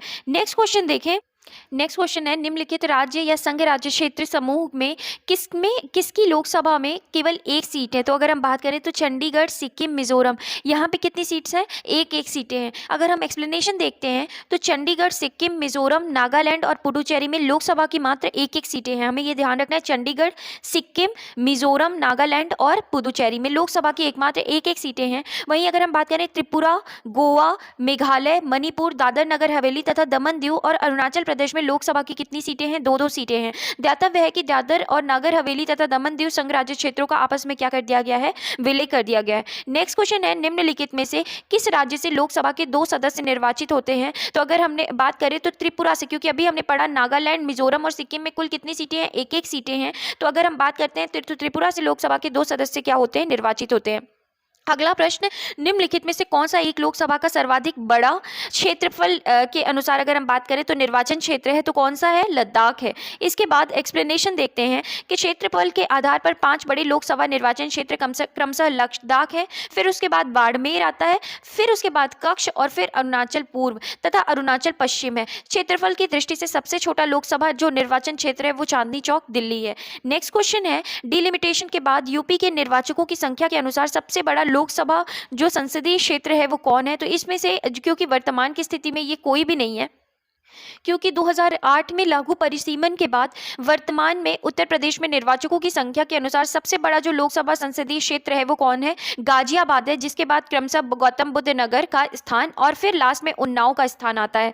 नेक्स्ट क्वेश्चन अगर हम देखें, वर्तमान में लोकसभा के निर्वाचन क्षेत्र के लिए चुनाव व्यय की जो अधिकतम सीमा है वो कितनी रख दी गई है? तो इसमें कोई भी ऑप्शन जो है वो क्या है? सही नहीं है, क्योंकि हमने पढ़ा था कि जो निर्वाचन जो सीमा है वो कितनी रख दी गई थी? 95 लाख रुपए रखी गई थी। तो प्रश्नकाल में लोकसभा के निर्वाचन क्षेत्र के लिए प्रत्याशी हेतु चुनाव व्यय की अधिकतम सीमा कितनी थी? 40 लाख रुपए थी, जब ये क्वेश्चन पूछा गया था लगभग 2011 में। वर्तमान में 6 जनवरी 2022 से लोकसभा निर्वाचन क्षेत्र के लिए चुनाव व्यय की जो अधिकतम सीमा है वो कितनी रख दी गई है? लोकसभा निर्वाचन क्षेत्र में 95 लाख रुपए तथा विधानसभा निर्वाचन क्षेत्र में 40 लाख रुपए निर्धारित की गई है। नेक्स्ट क्वेश्चन बात करते हैं, लोकसभा चुनाव के मामले में सामान्य वर्ग के उम्मीदवार तथा अनुसूचित जाति जनजाति के उम्मीदवारों द्वारा जमा की जाने वाली जो राशि है वो कितनी है? तो इसमें से कोई भी करेक्ट ऑप्शन नहीं है, क्योंकि अगर हम बात करें लोकसभा चुनाव के मामले में तो सामान्य वर्ग कितना देगा? तो सामान्य वर्ग जो है वो 25,000 रुपए, और जो अनुसूचित जाति और जनजाति हैं वो कितना देंगे? तो वो 12,500 रुपए देंगे, 12,500 रुपए देंगे। तो इस तरीके से यहाँ पे कोई भी ऑप्शन जो है वो सही नहीं है। एक्सप्लेनेशन देखते हैं, लोक प्रतिनिधित्व अधिनियम 1951 की धारा 34 के तहत प्रश्नकाल में यह राशि सामान्य वर्ग एवं अनुसूचित जाति जनजाति वर्ग के उम्मीदवारों के लिए क्रमशः 10,000 रुपए और 5,000 रुपए थी। वर्ष 2010 में अगंभीर प्रत्याशियों की संख्या कम करने हेतु जमानत राशि क्या कर दी गई है? बढ़ाई गई है, जो इस प्रकार है। तो लोकसभा चुनाव में सामान्य वर्ग जो देगा वो कितना देगा? 25,000 रुपए, और अनुसूचित जाति जनजाति कितने देंगे? 12,500 रुपए। विधानसभा चुनाव से जो सामान्य वर्ग वाले हैं वो कितना देंगे? 10,000, और अनुसूचित जाति जनजाति कितना देंगे? तो वो देंगे 5,000 रुपए। नेक्स्ट क्वेश्चन है, लोकसभा चुनाव का कोई प्रत्याशी अपनी जमानत खो देता है यदि उसे प्राप्त ना हो सके। तो यदि उसे जो कुल मत है उसका 1/6 भाग अगर प्राप्त नहीं होता है तो वो अपना क्या कर देता है? वो अपना जो जमानत राशि है उसको क्या कर देता है? खो देता है। तो इसका ऑप्शन यहाँ पे कोई भी ऑप्शन नहीं है सही, इसलिए उपयुक्त में से कोई नहीं आंसर होगा। एक्सप्लेनेशन देखते हैं, लोकसभा में चुनाव में यदि कोई प्रत्याशी वैध मतों का 1/6 भाग प्राप्त नहीं कर पाता तब उस उम्मीदवार की जमानत राशि जब्त हो जाती है, अर्थात वो अपनी जमानत खो बैठता है। नेक्स्ट क्वेश्चन है, लोकसभा का पहला आम चुनाव कब हुआ था? तो लोकसभा का जो पहला आम चुनाव हुआ था वो कब हुआ था? वर्ष 1952 में हुआ था। अगर एक्सप्लेनेशन देखते हैं तो लोकसभा का प्रथम चुनाव 25 अक्टूबर 1951 से 21 फरवरी 1952 तक चला था। यह चुनाव कुल 489 सीटों के लिए हुआ था। प्रथम लोकसभा का पहला अधिवेशन 13 मई 1952 को हुआ था। नेक्स्ट क्वेश्चन है, किस लोकसभा का कार्यकाल लगभग 6 वर्ष का था? तो किस लोकसभा का कार्यकाल? 5वीं लोकसभा का जो कार्यकाल था वो लगभग 6 वर्ष का था। एक्सप्लेनेशन देखते हैं, 5वीं लोकसभा का कार्यकाल लगभग 6 वर्ष का था, जिसमें 15 मार्च 1971 से 18 जनवरी 1977 तक क्या किया था? कार्य किया था। नेक्स्ट क्वेश्चन है, 9वीं लोकसभा कब भंग की गई? तो 9वीं जो लोकसभा है उसे मार्च 1991 में क्या किया गया था? भंग किया गया था। अगर हम इसमें एक्सप्लेनेशन देखें तो 9वीं लोकसभा का गठन 2 दिसंबर 1989 को हुआ, और यह 13 मार्च 1991 को क्या कर दी गई थी? भंग कर दी गई थी। नेक्स्ट क्वेश्चन है, भारत की 12वीं लोकसभा के लिए निर्वाचन हुए, तो 12वीं लोकसभा के लिए निर्वाचन जो हुए थे वो कब हुए थे? 1996 में, जून 1996 में हुए थे। तो 12वीं लोकसभा के लिए निर्वाचन फरवरी 1998 में हुए थे। सॉरी, इसमें जो ऑप्शन है डी होगा, तो यहाँ पे अगर हम बात करें तो ये बी नहीं डी होगा, फरवरी 1998 में हुए थे। और 12वीं लोकसभा का गठन जो है वो 10 मार्च 1998 को हुआ था, और इसका विघटन 26 अप्रैल 1999 को क्या हुआ था? विघटन हो गया था। नेक्स्ट क्वेश्चन है, लोकसभा का नेता कौन है? तो लोकसभा का नेता कौन होता है? प्रधानमंत्री होता है। एक्सप्लेनेशन देख लेते हैं, क्योंकि अनुच्छेद 75 के खंड 1 के अनुसार राष्ट्रपति लोकसभा में बहुमत दल के नेता को प्रधानमंत्री पद पर नियुक्त करता है। किसी भी सदन का नेता उस सदन का सदस्य ही होता है। यदि प्रधानमंत्री लोकसभा का सदस्य नहीं होता है तो लोकसभा में सदन का नेता किसी वरिष्ठ मंत्री को बनाया जाता है जो लोकसभा का क्या हो? सदस्य हो। नेक्स्ट क्वेश्चन है, निम्नलिखित कथनों पर विचार कीजिए। तो अगर हम निम्नलिखित कथनों को देखें तो लोकसभा अथवा राज्य की विधानसभा में के निर्वाचन में जीतने वाले उम्मीदवार को निर्वाचित घोषित किए जाने के लिए दिए गए मतदान का कम से कम 50% मत पाना अनिवार्य है। 50% मत पाना अनिवार्य नहीं, 50% +1 जो है वो मत पाना क्या है? अनिवार्य है। तो मतलब 50% से अगर ज़्यादा पाएगा तो वो जीत पाएगा। तो ये फर्स्ट ऑप्शन जो है वो क्या है, गलत है। इसके बाद भारत के संविधान में अधिकथित उपबंधों के अनुसार लोकसभा में अध्यक्ष का पद बहुमत वाले दल को जाता है तथा उपाध्यक्ष का पद विपक्ष को जाता है। तो यहाँ पे जो ये लिखा हुआ है कि उपाध्यक्ष का पद जो है वो विपक्ष को जाता है, ये क्या है, गलत है। तो स्टेटमेंट जो सेकंड दी है वो भी क्या हो गई, गलत हो गई। तो इसका जो सही उत्तर होगा वो क्या होगा, ऑप्शन डी होगा, ना तो एक ना तो दो। अगर एक्सप्लेनेशन देखते हैं तो भारत में लोकसभा अथवा राज्यसभा राज्य विधानसभाओं के चुनाव फर्स्ट पार्ट द पोस्ट पद्धति के आधार पर कराए जाते हैं। इसके तहत देश तथा राज्य केंद्र शासित प्रदेशों को अलग अलग चुनाव क्षेत्रों में बांट दिया जाता है। क्षेत्र विशेष के मतदाता एक उम्मीदवार के लिए एक मत देते हैं और सर्वाधिक मत प्राप्त करने वाले उम्मीदवार विजयी घोषित होते हैं। जीतने वाले उम्मीदवार के लिए 50% मत प्राप्त करना अनिवार्य नहीं है, अतः कथन एक गलत है। इसके अलावा भारतीय संविधान के अनुच्छेद 93 के प्रावधान के अनुसार लोकसभा यथाशीघ्र अपने 2 सदस्य को अपना अध्यक्ष या उपाध्यक्ष चुनती है। हालांकि ऐसी परंपरा रही है कि अध्यक्ष सत्तारूढ़ पार्टी या गठबंधन का सदस्य तथा उपाध्यक्ष विपक्ष पार्टी का सदस्य होता है, परंतु संविधान में ऐसा कोई उपबंध नहीं है, अतः कथन 2 भी क्या है, गलत है। इस प्रकार विकल्प डी जो है वो क्या है, सही उत्तर होगा। नेक्स्ट क्वेश्चन देखें, भारत में लोकसभा स्पीकर जो होता है वो क्या होता है, तो स्पीकर जो होता है वो क्या होता है, चयनित किया जाता है। एक्सप्लेनेशन देखें तो संविधान के अनुच्छेद 93 में उपबंधित है कि लोकसभा यथाशीघ्र अपने 2 सदस्यों को अध्यक्ष एवं उपाध्यक्ष चुनेगी और जब जब अध्यक्ष या उपाध्यक्ष का पद रिक्त होगा तब तब लोकसभा किसी अन्य सदस्य को यथास्थिति अध्यक्ष या उपाध्यक्ष चुनेगी। टिप्पणी, यहाँ अध्यक्ष या उपाध्यक्ष को चुनने का आशय चयनित होने से है। बेयर एक्ट में अंग्रेजी भाषा में चुनने के लिए चूज शब्द दिया गया है, ना कि इलेक्ट। इसके बाद नेक्स्ट क्वेश्चन है, लोकसभा के स्पीकर का निर्वाचन होता है तो संसद के सभी सदस्यों द्वारा, प्रत्यक्ष रूप से जनता द्वारा, लोकसभा के सभी सदस्यों द्वारा, लोकसभा में बहुमत प्राप्त दल के सदस्यों द्वारा। तो लोकसभा के सभी सदस्यों द्वारा लोकसभा के स्पीकर का क्या होता है, निर्वाचन होता है। एक्सप्लेनेशन देखें तो लोकसभा के स्पीकर का जो चयन होता है वो लोकसभा के सभी सदस्य द्वारा किया जाता है। नेक्स्ट क्वेश्चन है कि निम्न में से कौन अपने पद की शपथ नहीं लेता। राष्ट्रपति अपने पद की शपथ लेते हैं, उपराष्ट्रपति लेते हैं, प्रधानमंत्री लेते हैं, लेकिन अगर हम यहाँ पे देखें मंत्रिपरिषद के सदस्य लेते हैं। स्पीकर जो है वो अपने पद की जो है जो शपथ है वो नहीं लेता है। प्रश्नानुसार दिए गए विकल्पों में से स्पीकर अपने पद की शपथ नहीं लेता है, वह पहले ही लोकसभा सदस्य के तौर पर पद की शपथ ले चुका होता है, अतः वह स्पीकर के तौर पर शपथ नहीं लेता, जबकि अन्य अपने पद की शपथ ग्रहण करते हैं।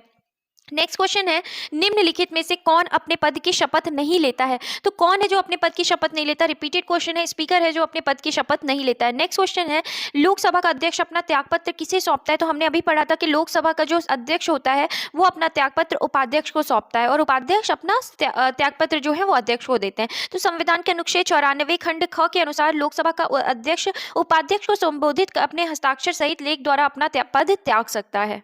इसी तरीके से अगला क्वेश्चन देखें, रिपीटेड क्वेश्चन है कि लोकसभा अध्यक्ष अपना त्यागपत्र संबोधित करते हैं तो किसको करते हैं, तो वो किसको करेंगे, लोकसभा के उपाध्यक्ष को। इसके बाद अगला प्रश्न है, लोकसभा के अध्यक्ष को कैसे हटाया जाता है। तो हमने देखा था कि लोकसभा के सभी सदस्यों के बहुमत से पारित संकल्प के द्वारा, लोकसभा के उपस्थित सदस्यों के 2/3 बहुमत से, प्रधानमंत्री की सिफारिश पर, राष्ट्रपति द्वारा, इनमें से कोई नहीं। तो हमने पढ़ा था कि लोकसभा के सभी सदस्य के बहुमत से पारित संकल्प के द्वारा लोकसभा के अध्यक्ष को क्या किया जा सकता है, हटाया जा सकता है। तो हम अगर एक्सप्लेनेशन देखते हैं तो अनुच्छेद 94 के खंड ग के अनुसार लोकसभा के तत्कालीन सभी सदस्यों के बहुमत से पारित संकल्प के द्वारा लोकसभा अध्यक्ष को पद से हटा सकते हैं, किंतु ऐसा संकल्प तब तक प्रस्तावित नहीं किया जा सकेगा जब तक इस आशय की कम से कम 14 दिन पूर्व लिखित सूचना न दे दी गई हो। नेक्स्ट क्वेश्चन है, लोकसभा अध्यक्ष को उसके कार्यकाल की समाप्ति के पूर्व पद से हटाया जा सकता है। तो यदि लोकसभा इस आशय का क्या कर दे, प्रस्ताव पारित कर दे, तो उनको क्या कर दिया जाएगा, हटा दिया जाएगा। इसके बाद अगला प्रश्न है, लोकसभा के अध्यक्ष को हटाया जा सकता है। सेम रिपीटेड क्वेश्चन है, तो लोकसभा के कुल सदस्यों के बहुमत द्वारा पारित प्रस्ताव से लोकसभा के अध्यक्ष को क्या किया जा सकता है, हटाया जा सकता है। नेक्स्ट क्वेश्चन है, स्पीकर के पद के विषय में निम्नलिखित कथनों में से कौन सा सही है। वह राष्ट्रपति के प्रसाद पर्यंत पद धारण करता है। दूसरा, यह आवश्यक नहीं है कि अपने निर्वाचन के समय वह सदन का सदस्य हो, परंतु उसे अपने निर्वाचन के बाद 6 महीने के भीतर सदन का क्या होना पड़ेगा, सदस्य होना पड़ेगा। तीसरा ऑप्शन है, यदि सामान्य अवधि से पूर्व सदन को भंग कर दिया जाए तो उसे अपना पद छोड़ना पड़ेगा।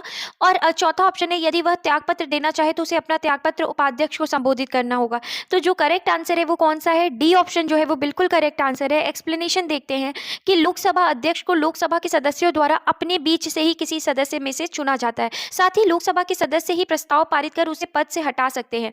अनुच्छेद 94 के तहत जब वह त्यागपत्र देता है तो वो अपना त्यागपत्र को लोकसभा के उपाध्यक्ष को संबोधित करता है। साथ ही अनुच्छेद 94 के द्वितीय परंतु के अनुसार जब कभी लोकसभा का विघटन किया जाता है तो विघटन के पश्चात होने वाले लोकसभा के प्रथम अधिवेशन के ठीक पहले तक अध्यक्ष अपने पद को रिक्त नहीं करेगा।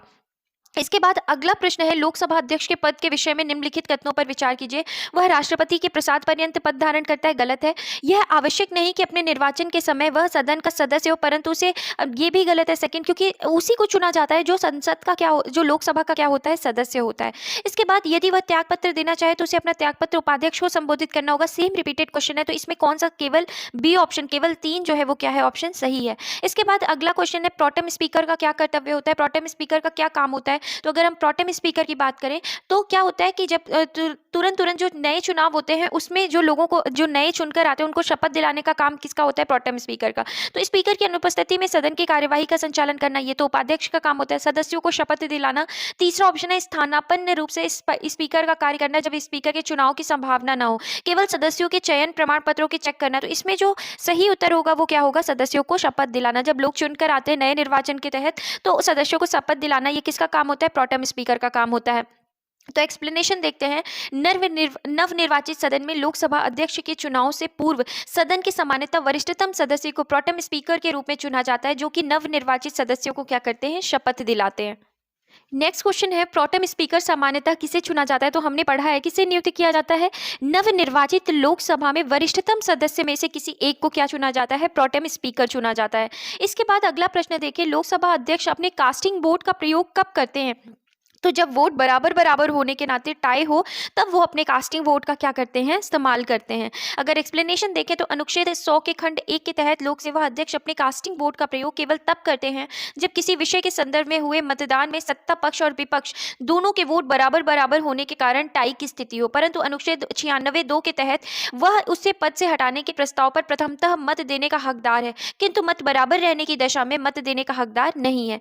नेक्स्ट क्वेश्चन है, संविधान का निम्न अनुच्छेदों में से कौन एक को प्रतिबंधित करता है कि मत बराबर होने की दशा में लोकसभा के अध्यक्ष का मत निर्णायक होगा और उसका प्रयोग करेगा। तो कौन से आर्टिकल में ये बात की गई है कि जो स्पीकर है वो क्या करेगा, निर्णायक मत देगा, अनुच्छेद 100 में ये बात की गई है। नेक्स्ट क्वेश्चन, लोकसभा के प्रथम अध्यक्ष कौन थे। तो हमने ये पढ़ा था कि जीवी मावलंकर जो थे वो क्या थे, लोकसभा के प्रथम अध्यक्ष थे। नेक्स्ट क्वेश्चन है, भारत की प्रथम लोकसभा के पहले अध्यक्ष कौन थे। तो प्रथम लोकसभा के पहले अध्यक्ष कौन थे, जीवी मावलंकर थे। इसके बाद प्रथम स्पीकर जिनके विरुद्ध लोकसभा में अविश्वास का प्रस्ताव लाया गया, तो पहले स्पीकर कौन थे, जीवी मावलंकर थे। एक्सप्लेनेशन देखते हैं, 15 दिसंबर 1954 को आचार्य जेवी कृपलानी सहित विपक्ष के 21 सांसदों द्वारा लोकसभा के प्रथम अध्यक्ष गणेश वासुदेव मावलंकर के विरुद्ध अविश्वास प्रस्ताव लाया गया था। इनके विरुद्ध यह प्रस्ताव 18 दिसंबर 1954 को लोकसभा द्वारा अस्वीकृत कर दिया गया था। नेक्स्ट क्वेश्चन है, लोकसभा की प्रथम महिला अध्यक्ष कौन चुनी गई थी। तो मीरा कुमार चुनी गई थी। इसमें देखें अगर हम, तो 15वीं लोकसभा की अध्यक्ष मीरा कुमार ही लोकसभा की प्रथम महिला अध्यक्ष थी, जो जून 2009 में इस पद के लिए चुनी गई थी। वर्तमान में 17वीं लोकसभा के अध्यक्ष जो है वो कौन है, ओम बिरला है। नेक्स्ट क्वेश्चन है, लोकसभा के वर्तमान उपाध्यक्ष। तो ये क्वेश्चन पहले का पूछा गया है, तो यहाँ अगर हम आज के टाइम पे देखें तो इनमें से कोई नहीं है। तो अब इसमें अगर हम देखें एक्सप्लेनेशन, तो प्रश्नकाल में वर्ष 1999 में लोकसभा के उपाध्यक्ष PM सैयद थे। वर्तमान की स्थिति के अनुसार लोकसभा के अध्यक्ष जो है भारतीय जनता पार्टी के ओम बिरला है, जबकि उपाध्यक्ष का पद जो है वो क्या है, रिक्त है।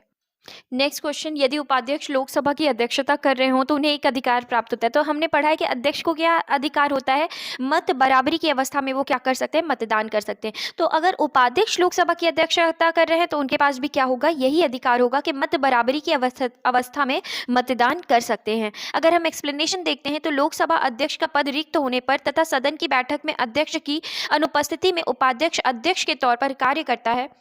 संसद के दोनों सदनों की संयुक्त बैठक में अध्यक्ष की अनुपस्थिति में उपाध्यक्ष पीठासीन होता है। अध्यक्ष की तरह उपाध्यक्ष भी जब पीठासीन होता है तो वह प्रथमतः मत नहीं दे सकता, केवल मत बराबर होने की दशा में मत दे सकता है। इसके अलावा अध्यक्ष के रूप में कार्य करते हुए लोकसभा के विचार विमर्श में भाग नहीं ले सकता।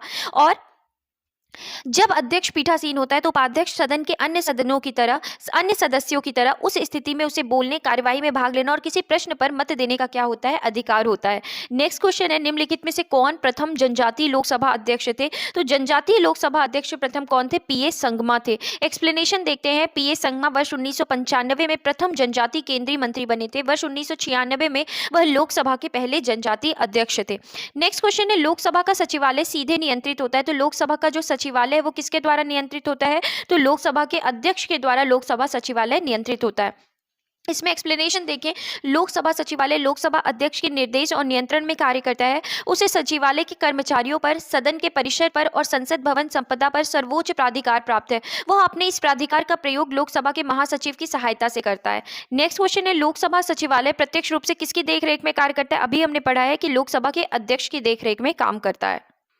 नेक्स्ट क्वेश्चन है, 15वीं लोकसभा में महिला सदस्य से संबंधित निम्नांकित कथनों पर विचार कीजिए। वे लोकसभा के कुल सदस्यों के 10% से कम हैं। इसके बाद वे अधिकतम महिला सदस्य संख्या भारतीय राष्ट्रीय कांग्रेस से है। राजस्थान से 3 महिला सदस्य निर्वाचित हुई हैं। अधिकतम महिला सदस्य उत्तर प्रदेश से निर्वाचित हुई हैं। तो ये प्रश्न जो है वो किससे जुड़ा हुआ है? 15वीं लोकसभा से जुड़ा हुआ है। तो अगर इसका हम सही उत्तर देखें तो ये उत्तर जो होगा वो कौन सा होगा? सी ऑप्शन होगा, जिसमें अधिकतम महिला सदस्य भारतीय राष्ट्रीय कांग्रेस से हैं। राजस्थान से 3 महिला सदस्य निर्वाचित हुई थी और अधिकतम महिला सदस्य उत्तर प्रदेश से क्या हुई है? निर्वाचित हुई हैं। लेकिन वहीं पर अगर हम आज वर्तमान की स्थिति देखते हैं, 17वीं लोकसभा की कुल महिला सदस्य संख्या को देखें तो 17वीं लोकसभा में कुल महिला सदस्य जो थी उनकी भागीदारी लगभग 14% रही। और वर्तमान में अगर हम बात करें 21 फरवरी 2022 की स्थिति अनुसार लोकसभा में कुल 81 महिलाएं सदस्य हैं। कांग्रेस पार्टी से 7, भारतीय जनता पार्टी से 42, तृणमूल कांग्रेस से 9 महिलाएं सदस्य हैं। अधिकतम महिला सदस्य उत्तर प्रदेश तथा पश्चिम बंगाल से हैं। प्रदेश से 11 निर्वाचित हैं। राजस्थान से 3 महिला सदस्य निर्वाचित हैं। तो प्रश्नकाल के संदर्भ में अगर हम उस हिसाब से देखें 2015 के अगर हिसाब से, तो विकल्प सी जो था वो कौन सा उत्तर था? सही उत्तर था। इसके बाद नेक्स्ट क्वेश्चन है, निम्नलिखित कथनों पर विचार कीजिए। पहली लोकसभा के विपक्ष में सबसे बड़ा राजनीतिक दल जो था वो स्वतंत्र पार्टी था। सेकंड क्वेश्चन है, लोकसभा में नेता प्रतिपक्ष को सर्वप्रथम 1969 में मान्यता प्रदान की गई थी। तीसरा है, लोकसभा में यदि कोई दल के न्यूनतम 75 सदस्य ना हो तो उसके नेता को नेता प्रतिपक्ष के रूप में मान्यता नहीं मिल सकती। तो यहाँ पे अगर हम पहला ऑप्शन देख रहे हैं तो पहला ऑप्शन तो हमें पता है कि विपक्ष में सबसे बड़ा राजनीतिक दल स्वतंत्र पार्टी था, ये गलत है। दूसरा, लोकसभा में नेता प्रतिपक्ष को सर्वप्रथम 1969 में मान्यता दी गई, तो ये ऑप्शन क्या है? बिल्कुल सही है।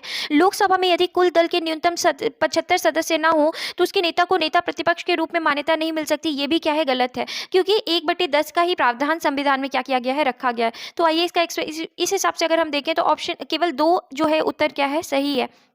एक्सप्लेनेशन अगर हम देखें तो दिए गए कथनों में से केवल 2 सही है, अन्य कथन सही नहीं है। प्रथम लोकसभा के चुनाव में 489 सीटों के लिए हुए थे, जिसमें से भारतीय राष्ट्रीय कांग्रेस ने 364 सीटें प्राप्त की थी और जीत हासिल की। दूसरे स्थान पर 16 सीटें प्राप्त करने वाली कम्युनिस्ट पार्टी ऑफ इंडिया विपक्ष में सबसे बड़ा राजनीतिक दल था। सर्वप्रथम 1969 में लोकसभा में नेता प्रतिपक्ष को मान्यता प्राप्त हुई। इस रूप में INC इंडियन नेशनल कांग्रेस के राम सुभंग सिंह को चुना गया था। लोकसभा में किसी दल के नेता को नेता प्रतिपक्ष में मान्यता मिलने के लिए उस दल में लोकसभा के कुल सदस्य संख्या के 10% सांसद होने क्या है? आवश्यक है। अब हम बात करते हैं राज्यसभा के बारे में, जिसमें सबसे पहले नोट्स को देखते हैं कि संसद के उच्च सदन को राज्यसभा कहते हैं। तो अगर हम बात कर रहे हैं कि संसद के जो उच्च सदन है उसको क्या कहा जाता है? राज्यसभा कहा जाता है। इस सदन की अधिकतम सदस्य संख्या 250 निर्धारित की गई है। अनुच्छेद 80 के अनुसार राज्यसभा राज्यों और संघ राज्य क्षेत्रों के 238 से अनधिक निर्वाचित तथा राष्ट्रपति द्वारा मनोनीत 12 सदस्यों से मिलकर बनेगी। तो अगर हम बात कर रहे हैं अनुच्छेद 80 में, तो अनुच्छेद 80 में हमको किसके बारे में जानकारी मिलती है? तो राज्यसभा के बारे में जानकारी मिलती है, जिसमें यह कहा गया है कि राज्य और संघ राज्य क्षेत्रों के 238 से अनधिक निर्वाचित तथा राष्ट्रपति द्वारा मनोनीत 12 सदस्यों से मिलकर क्या बनेगी? राज्यसभा बनेगी। इसके बाद अगर हम देखें, वर्तमान में 12 मनोनीत और 233 निर्वाचित सदस्यों सहित राज्यसभा की कुल सदस्य संख्या कितनी रखी गई है? तो अगर हम बात कर रहे हैं 12 मनोनीत वर्तमान स्थिति की और 233 जो है निर्वाचित सदस्यों सहित राज्यसभा की सदस्य जो कुल संख्या रखी गई है वो कितनी है? तो वो जो है वो 245 है। नेक्स्ट अगर हम पॉइंट की बात करते हैं तो राष्ट्रपति द्वारा नामांकित किए जाने वाले सदस्य ऐसे व्यक्ति होंगे जिन्हें साहित्य, विज्ञान, कला और समाज सेवा में विशेष ज्ञान या व्यवहारिक अनुभव हो। राज्यसभा में प्रत्येक राज्य के प्रतिनिधियों का निर्वाचन उस राज्य की विधानसभा के निर्वाचित सदस्यों द्वारा किया जाता है। तो अगर हम बात करते हैं कि राज्यसभा में निर्वाचन जो होता है वो राज्य के प्रतिनिधियों का जो निर्वाचन है वो उस राज्य की विधानसभा के निर्वाचित सदस्यों द्वारा किया जाता है। इसके बाद राज्यसभा के लिए निर्वाचन अनुपातिक प्रतिनिधित्व पद्धति के अनुसार एकल संक्रमणीय मत द्वारा किया जाता है। तो राज्यसभा के लिए जो निर्वाचन है वो कैसा होता है? तो जो राज्यसभा के लिए निर्वाचन है हमें पता है अप्रत्यक्ष होता है, तो अनुपातिक प्रतिनिधित्व पद्धति के अनुसार एकल संक्रमणीय मत द्वारा किया जाता है। राज्यसभा का विघटन नहीं होता है। ये बात हमारे लिए जानने योग्य है कि लोकसभा का विघटन हमने जहां पढ़ा है कि होता है, वहीं पे अगर हम बात करते हैं राज्यसभा के विघटन की, तो राज्यसभा का विघटन नहीं होता है। जो राज्यसभा है वो कैसा सदन है, स्थायी सदन है। राज्यसभा के यथासंभव निकटतम 1/3 सदस्य प्रत्येक 2 वर्ष की समाप्ति पर क्या हो जाते हैं, रिटायर हो जाते हैं, सेवानिवृत्त हो जाते हैं।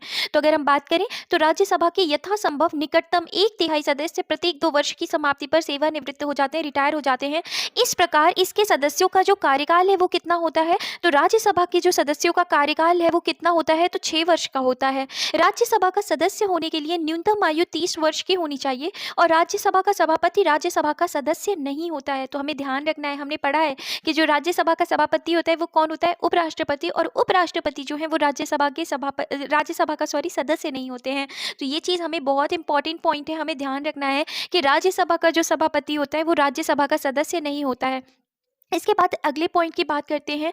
भारत का उपराष्ट्रपति राज्यसभा का पदेन सभापति होता है। तो जो भारत का उपराष्ट्रपति होता है वो राज्यसभा का पदेन सभापति का मतलब सीधा से यही होता है कि अगर वो उपराष्ट्रपति के पद पर बैठेंगे तो वो राज्यसभा के खुद ही क्या बन जाएंगे, सभापति बन जाएंगे। तो इस तरह से एक्स ऑफिशियो चेयरमैन होता है कौन, वाइस प्रेसिडेंट, किसका, राज्यसभा का। नेक्स्ट पॉइंट देखते हैं, जब उपराष्ट्रपति राष्ट्रपति के रूप में कार्य करता है तो उसे राज्यसभा के सभापति के रूप में कोई वेतन या भत्ता नहीं मिलता है। तो उपराष्ट्रपति जब राष्ट्रपति के रूप में कार्य करता है तो उसे राज्यसभा का मतलब, अगर कोई भी उपराष्ट्रपति है वो राष्ट्रपति के रूप में कार्य कर रहे हैं तो उन्हें राज्यसभा के सभापति के रूप में कोई वेतन या भत्ता नहीं मिलता। और हमें ये बात भी जाननी चाहिए कि जो उपराष्ट्रपति को वेतन भत्ता मिलता है वो एज अ उपराष्ट्रपति नहीं मिलता, वो राज्यसभा के सभापति के तौर पर मिलता है। नेक्स्ट पॉइंट बात करें, इस अवधि में वह राष्ट्रपति को मिलने वाले वेतन और भत्ते प्राप्त करता है। राज्यसभा अपने सदस्यों में से एक उपसभापति चुनती है। तो राज्यसभा अपने ही सदस्यों में से एक की क्या चुनती है, उपसभापति चुनती है। उपसभापति अपना त्यागपत्र किसको देते हैं, तो जो उपसभापति होते हैं वो अपना त्यागपत्र सभापति को देते हैं, मतलब किसको देते हैं, उपराष्ट्रपति को देते हैं। उपसभापति को राज्यसभा बहुमत से पद से हटा सकती है, जबकि सभापति का पद रिक्त हो तो उपसभापति उस पद के कर्तव्यों का क्या करता है, पालन करता है। जब उपराष्ट्रपति को उसके पद से हटाने का कोई संकल्प विचाराधीन हो तब वह सभापति के रूप में पीठासीन नहीं होंगे। राज्यसभा में अगर हम बात कर रहे हैं उपराष्ट्रपति के बारे में कि मान लीजिए उपराष्ट्रपति को हटाने के लिए कोई भी मामला विचाराधीन में है तो उस वक्त वो उपराष्ट्रपति जो मतलब राज्यसभा के सभापति के तौर पर कार्य नहीं करेंगे। इसके बाद अगला पॉइंट देखिए, राज्यसभा में राज्यों को प्रतिनिधित्व उनकी जनसंख्या के अनुपात में दिया गया है। तो राज्यसभा में जो राज्यों का प्रतिनिधित्व है वो उनकी जनसंख्या के अनुपात में दिया गया है। वर्ष 2003 में लोकसभा प्रतिनिधित्व अधिनियम 1951 में संशोधन के माध्यम से यह व्यवस्था की गई कि कोई भी व्यक्ति राज्यसभा के लिए कहीं से भी चुनाव लड़ सकता है, चाहे वह किसी भी राज्य के संसदीय क्षेत्र का पंजीकृत मतदाता हो। तो ये चीज़ हमने देखी कि 2003 में क्या किया गया है, संशोधन के माध्यम से ये किया गया कि कोई भी व्यक्ति राज्यसभा के लिए कहीं से भी क्या कर सकता है, चुनाव लड़ सकता है, चाहे वो किसी भी राज्य के संसदीय क्षेत्र का पंजीकृत मतदाता क्यों ना हो। इसके बाद अनुच्छेद 312 की बात करें तो 312 के तहत अखिल भारतीय सेवाओं का सृजन, जो भी अखिल भारतीय सेवाओं का सृजन है बताया गया है अनुच्छेद 312 में, उसका जो सृजन है वो राज्यसभा की एकांतिक शक्ति है। भारत के संघ राज्य क्षेत्रों में से मात्र 3 दिल्ली, पुदुचेरी और जम्मू कश्मीर संघ राज्य क्षेत्र के प्रतिनिधि राज्यसभा में क्या होते हैं, शामिल होते हैं। तो भारत के संघ राज्य क्षेत्रों में से मात्र 3 अगर हम बात कर रहे हैं तो दिल्ली, पुदुचेरी और जम्मू कश्मीर संघ राज्य क्षेत्र के प्रतिनिधि राज्यसभा में शामिल होते हैं। भारतीय संविधान की 4वीं अनुसूची में राज्यसभा के लिए राज्यों व संघ राज्य क्षेत्रों में सीटों के आवंटन का क्या है, प्रावधान उल्लेखित है। संविधान के अनुच्छेद 249 के तहत यदि राज्यसभा अपने उपस्थित एवं मत देने वाले सदस्यों में से कम से कम 2/3 सदस्य 2/3 बहुमत से ऐसा संकल्प पारित करे कि राज्य सूची के किसी विषय पर विधि बनाना राष्ट्रीय हित में आवश्यक है, तो संसद उस विषय पर क्या कर सकती है, विधि बना सकती है। कहाँ बोला गया है, आर्टिकल 249 में 249 में बात की गई है। तो हमने देखा है कि अगर ऐसा कोई भी राज्यसभा ऐसा कोई भी क्या करती है, बहुमत से अगर 2/3 बहुमत से ऐसा संकल्प पारित करेगी तो राज्य सूची के किसी भी विषय पर विधि बनाना राष्ट्रीय हित में जिसमें आवश्यक है तो संसद उस विषय पर क्या कर सकती है, विधि बना सकती है। परंतु यह प्रस्ताव 1 वर्ष से अधिक समय तक अस्तित्व में नहीं रहता है। अब बात करते हैं अनुच्छेद 250 के अनुसार आपातकाल की स्थिति में संसद को राज्य सूची में उल्लेखित किसी विषय के संबंध में भारत के संपूर्ण राज्य क्षेत्र या उसके किसी भाग के लिए कानून बनाने की शक्ति होती है, परंतु आपातकाल की समाप्ति के पश्चात 6 माह की अवधि से अधिक यह प्रावधान प्रभावी नहीं रहता है। तो हमने बात की है अनुच्छेद 250 की, जिसमें कहा गया है कि आपातकाल की स्थिति में संसद को राज्य सूची में उल्लेखित किसी विषय के संबंध में भारत के संपूर्ण राज्य क्षेत्र या उसके किसी भाग के लिए कानून बनाने की क्या होती है, शक्ति होती है, परंतु आपातकाल की समाप्ति के बाद 6 माह की अवधि से अधिक यह प्रावधान जो है वो क्या है, प्रभावी नहीं रहता। अब बात करते हैं अगले अनुच्छेद की तरफ। अनुच्छेद 252 के अनुसार 2 या 2 से अधिक राज्यों के विधानमंडल एक प्रस्ताव पारित कर यदि संसद से अनुरोध करें कि राज्य सूची के विषयों पर संसद द्वारा कानून बनाया जाए, तो संसद उन राज्यों के संदर्भ में उन विषयों पर कानून बना सकती है। अनुच्छेद 253 के अनुसार संसद को किसी अन्य देश या देशों के साथ संधि अथवा समझौते को लागू करने के उद्देश्य से किसी भी विषय पर कानून बनाने का क्या है, अधिकार है। तो अनुच्छेद 253 में हमने क्या देखा कि संसद को किसी अन्य देश या देशों के साथ संधि अथवा समझौते को लागू करने के उद्देश्य से किसी भी विषय पर कानून बनाने का क्या होगा, अधिकार होगा। अब एक्सप्लेनेशन के आधार पर हम क्वेश्चंस को देखते हैं जो भी घटना चक्र में दिए गए हैं। तो राज्यसभा की निश्चित सदस्य संख्या क्या है? तो अभी हमने देखा है कि राज्यसभा की जो निश्चित सदस्य संख्या है वो कितनी है, 250 जो है वो क्या है, निश्चित सदस्य संख्या है। एक्सप्लेनेशन देखते हैं कि राज्यसभा की निश्चित अधिकतम सदस्य संख्या 250 है, जिसमें राज्यों और संघीय क्षेत्रों से 238 से अनधिक सदस्य और राष्ट्रपति द्वारा साहित्य, विज्ञान, कला और समाज सेवा के क्षेत्र से मनोनीत 12 सदस्य हो सकते हैं। वर्तमान में राज्यसभा में कुल 245 सदस्य हैं, जिसमें 225 सदस्य राज्य विधानसभाओं के सदस्यों द्वारा एवं 8 संघीय क्षेत्र दिल्ली, पुडुचेरी और जम्मू कश्मीर से एकल संक्रमणीय मत पद्धति से निर्वाचित होती हैं, जबकि 12 सदस्य जो हैं वो राष्ट्रपति द्वारा क्या किए जाते हैं, मनोनीत किए जाते हैं। अगला प्रश्न देखते हैं, राज्यसभा में होते हैं। तो अगर हम बात कर रहे हैं राज्यसभा में कितने सदस्य होते हैं, तो हमें ऑप्शन देखना है कि राज्यसभा में कुल कितने सदस्य होते हैं। 250 सदस्य होते हैं, जिनमें से 12 सदस्य भारत के राष्ट्रपति द्वारा क्या किए जाते हैं, मनोनीत किए जाते हैं। नेक्स्ट क्वेश्चन देखते हैं, लेकिन उसके पहले एक्सप्लेनेशन।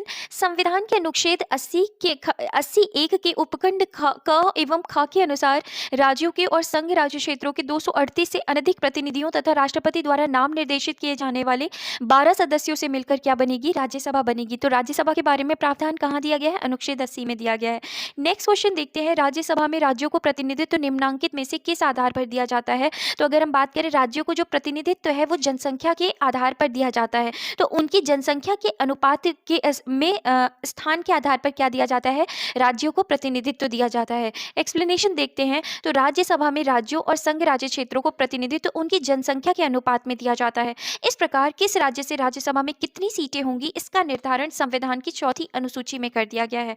नेक्स्ट क्वेश्चन देखते हैं, निम्नलिखित कथनों पर विचार कीजिए। तो अगर हम निम्नलिखित कथन देखते हैं, तो संघ राज्य क्षेत्रों का राज्यसभा में प्रतिनिधित्व नहीं होता है, तो ये गलत है, क्योंकि हमने देखा था कि संघ राज्य क्षेत्रों का अभी राज्यसभा में क्या होता है, प्रतिनिधित्व होता है। सेकंड ऑप्शन है, निर्वाचन झगड़ों का निर्णय करना मुख्य निर्वाचन आयुक्त के अधिकार क्षेत्र में है। और तीसरा है, भारत के संविधान के अनुसार संसद में केवल लोकसभा और राज्यसभा होती है।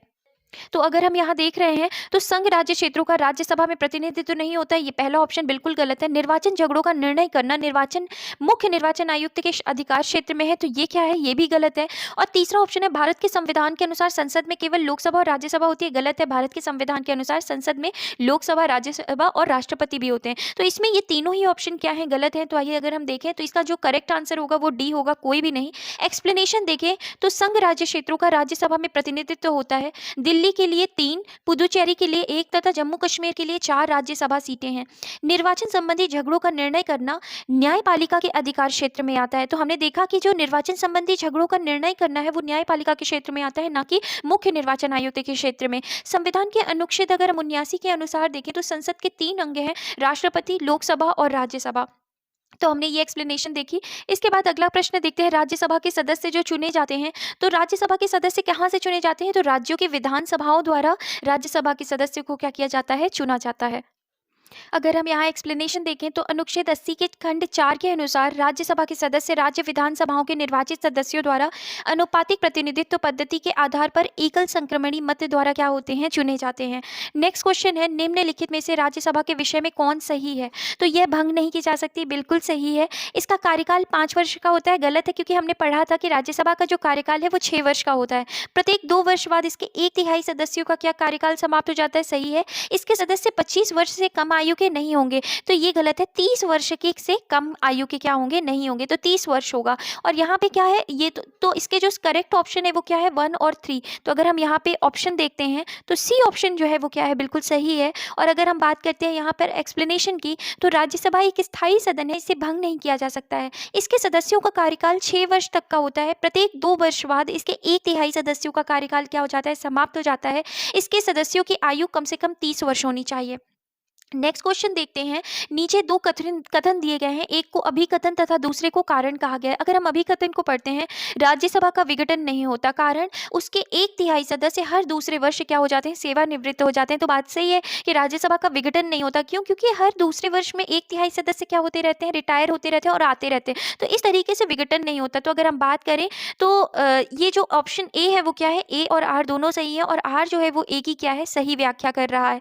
इसके बाद अगर हम नेक्स्ट क्वेश्चन देखते हैं, तो राज्यसभा के सदस्य का कार्यकाल जो है वो कितने वर्ष का होता है, तो 6 वर्ष का कार्यकाल होता है। एक्सप्लेनेशन देखें तो अनुच्छेद 83 खंड 1 के अनुसार राज्यसभा का विघटन नहीं होगा, अर्थात यह एक स्थायी सदन है। राज्यसभा के सदस्यों का कार्यकाल 6 वर्ष होता है। इसके यथासंभव निकटतम 1/3 सदस्य प्रत्येक 2 वर्ष की समाप्ति पर क्या हो जाते हैं, सेवानिवृत्त हो जाते हैं। अगला प्रश्न देखें, राज्यसभा के संदर्भ में निम्नांकित में से कौन सा कथन सही है। तो इसके 1/3 सदस्य प्रति 2 वर्ष में अवकाश प्राप्त करते हैं। इसके आधे सदस्य प्रति वर्ष 2 वर्ष में अवकाश प्राप्त करते हैं। इसके आधे सदस्य प्रति 3 वर्ष में अवकाश प्राप्त करते हैं। इसके 1/3 सदस्य प्रत्येक 3 वर्ष में अवकाश प्राप्त करते हैं। तो अगर हम बात करते हैं तो इसके जो कथन सही है, इसके 1/3 सदस्य जो है वो हर 2 वर्ष में क्या होते हैं, रिटायर हो जाते हैं, सेवानिवृत्त हो जाते हैं। इसके बाद नेक्स्ट क्वेश्चन है, राज्यसभा में के सदस्य चुने जाते हैं। तो राज्यसभा के सदस्य कितने वर्ष के लिए चुने जाते हैं, तो 6 वर्ष के लिए चुने जाते हैं। नेक्स्ट क्वेश्चन है, राज्यसभा को स्थायी सदन कहते हैं क्योंकि सभी सदस्य आजीवन सदस्य होते हैं, इसे विघटित नहीं किया जा सकता। कुछ सदस्य प्रति 2 वर्ष में अवकाश ग्रहण करते हैं। तो अगर हम बात करते हैं तो इसका जो बी आंसर है वो क्या है, सही है कि इसे विघटित नहीं, स्थायी सदन क्यों कहते हैं, क्योंकि इसे विघटित नहीं किया जा सकता है। और अगर हम बात करें नेक्स्ट क्वेश्चन की, तो हमारे संविधान के अनुसार राज्यसभा का कार्यकाल जो है तो प्रत्येक 6 वर्ष में क्या हो जाता है। तो यहाँ पे अगर हम बात कर रहे हैं हमारे संविधान के राज्यसभा का जो कार्यकाल है, तो वहाँ पे अगर हम देखें कि तो 6 वर्ष तक सभी का जो राज्यसभा के सदस्य होते हैं उनका कार्यकाल रहता है। लेकिन यहाँ पे बोला गया है कि राज्यसभा का कार्यकाल तो समाप्त होने का विषय ही नहीं है, क्योंकि जो राज्यसभा के सदस्य हैं वो एकदम से पूरी तरीके से कभी उनका कार्यकाल जो है समाप्त नहीं होता है, क्योंकि हर अगर दूसरे वर्ष में 1/3 सदस्य क्या होते रहते हैं, सेवानिवृत्त होते रहते हैं, रिटायर्ड होते रहते हैं। इस प्रकार से नेक्स्ट क्वेश्चन देखिए, राज्यसभा को भंग करने का अधिकार किसे प्राप्त है। तो राज्यसभा का कभी भंग होती ही नहीं है, तो इसलिए उपयुक्त में से कोई नहीं उत्तर होगा। नेक्स्ट क्वेश्चन है, राज्यसभा से संबंधित निम्नलिखित कथनों में से कौन सा एक सही है। तो राज्यसभा का विघटन नहीं होता है, हमने पहला ऑप्शन देखा, ये अपने आप में बिल्कुल सही है। दूसरा है, इसके सदस्य राज्यों में प्रादेशिक निर्वाचन क्षेत्रों से प्रत्यक्ष निर्वाचन द्वारा चुने जाते हैं। हमने पढ़ा है कि राज्यसभा में जो निर्वाचन होता है वो कैसा होता है, अप्रत्यक्ष होता है। राज्यसभा यथाशीघ्र अपने किसी सदस्य को अपना सभापति चुनती है, गलत है, क्योंकि राज्यसभा में सभापति चुना ही नहीं जाता, क्योंकि जो भी उपराष्ट्रपति होगा वो स्वयं ही क्या बन जाएगा, सभापति। तो सी ऑप्शन भी गलत है। भारत के महान्यायवादी को राज्यसभा में बोलने का अधिकार नहीं है। तो अगर हम बात करें भारत के महान्यायवादी को राज्यसभा में बोलने का अधिकार नहीं है, तो हमने पढ़ा था महान्यायवादी के बारे में कि वो सदन के दोनों ही अगर हम बात करें संसद के दोनों ही सदनों में बोल सकते हैं, तो उन्हें राज्यसभा लोकसभा दोनों में ही बोलने का अधिकार है। तो डी ऑप्शन भी क्या है, गलत है। तो ए ऑप्शन जो है वो बिल्कुल सही है। हम एक्सप्लेनेशन देखते हैं, राज्यसभा स्थायी सदन है, इसका विघटन नहीं होता। इसके सदस्यों का कार्यकाल 6 वर्ष होता है तथा 1/3 सदस्यों का निर्वाचन प्रत्येक 2 वर्ष पर होता है। साथ ही उपराष्ट्रपति राज्यसभा का पदेन सभापति होता है तथा न्यायवादी को संसद के दोनों सदनों में बोलने का क्या होता है, अधिकार होता है। नेक्स्ट क्वेश्चन है, राज्यसभा कैसे भंग होती है। हमने पढ़ा है कि राज्यसभा कभी भंग ही नहीं होती है, विघटन ही नहीं होता है। तो उपयुक्त में से कोई भी नहीं इसका क्या है, उत्तर है। नेक्स्ट क्वेश्चन है, राज्यसभा किसके द्वारा भंग की जाती है। हमने कई बार क्वेश्चन देख लिया है कि किसी के भी द्वारा नहीं, क्योंकि राज्यसभा को भंग नहीं किया जा सकता, वो भंग नहीं होती है। इसके बाद राष्ट्रपति द्वारा राज्यसभा में कितने व्यक्ति मनोनीत किए जाते हैं। तो 12 व्यक्तियों का क्या होता है, मनोनयन होता है। अगर हम एक्सप्लेनेशन देखते हैं तो अनुच्छेद 80 के खंड 1 के उपखंड का एवं अनुच्छेद 80 के खंड 3 के अनुसार राष्ट्रपति द्वारा राज्यसभा में 12 व्यक्ति मनोनीत किए जाते हैं, जिन्हें साहित्य, विज्ञान, कला और समाज सेवा के क्षेत्र में विशेष ज्ञान या व्यवहारिक अनुभव प्राप्त होता है। इसके बाद हम देखते हैं, नेक्स्ट क्वेश्चन है, राष्ट्रपति मनोनीत कर सकता है। तो राष्ट्रपति राज्यसभा में कितने सदस्यों को मनोनीत कर सकता है। तो अगर हम बात करें तो राष्ट्रपति 12 सदस्यों को क्या कर सकता है, मनोनीत कर सकता है।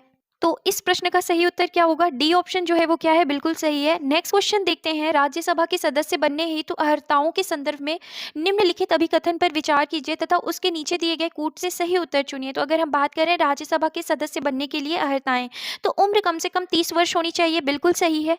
जहां से अभ्यर्थी को निर्वाचित किया जाना है उस राज्य की मतदाता सूची में मतदाता के रूप में पंजीकृत होना चाहिए। तो ये भी ऑप्शन, सेकेंड ऑप्शन जो है वो बिल्कुल सही है। राज्य के अंतर्गत लाभ का पद धारित नहीं होना चाहिए।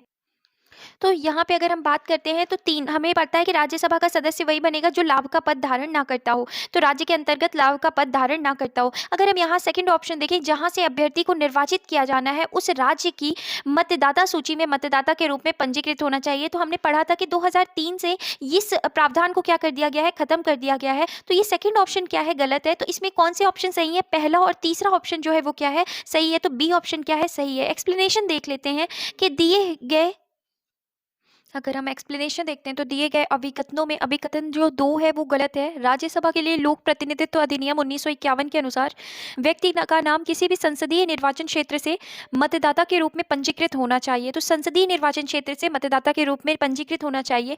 लेकिन अगर हम बात करें 6 अप्रैल 2003 से पहले यह आवश्यक था कि प्रत्याशी का नाम जिस राज्य की मतदाता सूची में हो वहीं से राज्यसभा का चुनाव लड़ सकता है, परंतु 2003 के संशोधन अधिनियम द्वारा इसमें परिवर्तन कर दिया गया, अर्थात अब उस राज्य की मतदाता सूची में नाम होना जो है वो आवश्यक नहीं है। तो इस तरीके से हमने एक्सप्लेनेशन देखा। नेक्स्ट क्वेश्चन देखें, राज्यसभा के चुनाव के लिए अपेक्षित न्यूनतम आयु कितनी है। तो अगर हम बात करते हैं अपेक्षित न्यूनतम आयु की तो 30 वर्ष है। एक्सप्लेनेशन देखते हैं, भारत की संसद राष्ट्रपति और दोनों सदनों से मिलकर बनती है। निचले सदन को लोकसभा तथा उच्च सदन को राज्यसभा कहते हैं।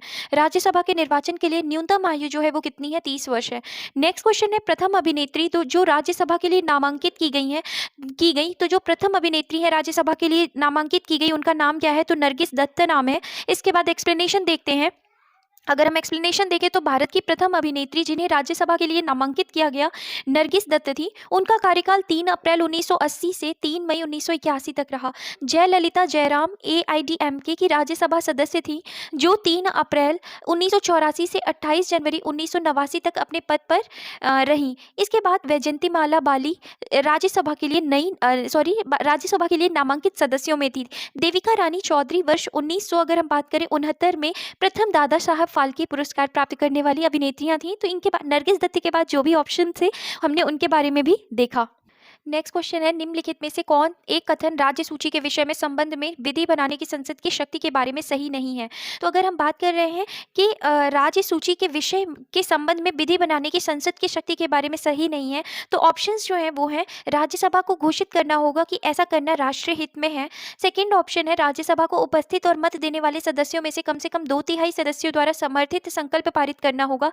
तीसरा है, ऐसी विधि संपूर्ण भारत या उसके किसी भाग के लिए बनाई जा सकती है। और चौथा ऑप्शन है, राज्य सूची में सम्मिलित विषय के संबंध में राष्ट्रीय हित में विधि केवल राज्यसभा बना सकती है।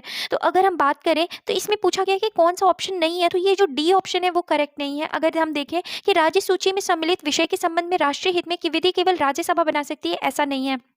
एक्सप्लेनेशन देखते हैं, संविधान के अनुच्छेद 249 के तहत यदि राज्यसभा अपने उपस्थित एवं मत देने वाले सदस्यों के कम से कम 2/3 बहुमत से ऐसा संकल्प पारित करे कि राज्य सूची के किसी विषय पर विधि बनाना राष्ट्रीय हित में आवश्यक है, तो संसद उस विषय पर विधि बना सकती है। साथ ही ऐसा विधि संपूर्ण भारत या उसके किसी भाग के लिए बनाई जा सकती है।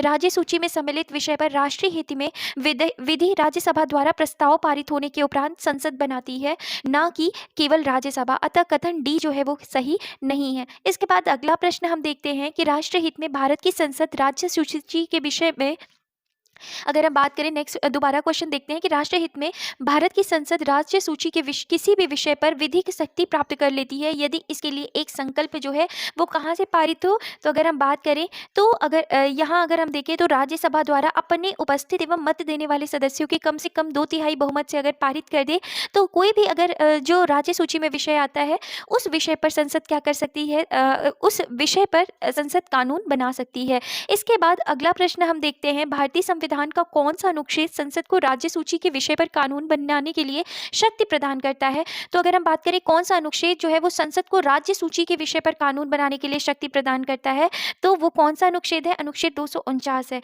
नेक्स्ट क्वेश्चन अगर हम देखते हैं, नेक्स्ट क्वेश्चन में निम्नलिखित कथनों पर विचार करना है। राज्यसभा में धन विधेयक को या तो अस्वीकार करने या संशोधित करने की कोई शक्ति निहित नहीं है। सेकंड ऑप्शन है, राज्यसभा अनुदानों की मांगों पर मतदान नहीं कर सकती। और तीसरा ऑप्शन है, राज्यसभा में वार्षिक वित्तीय विवरण पर चर्चा नहीं हो सकती।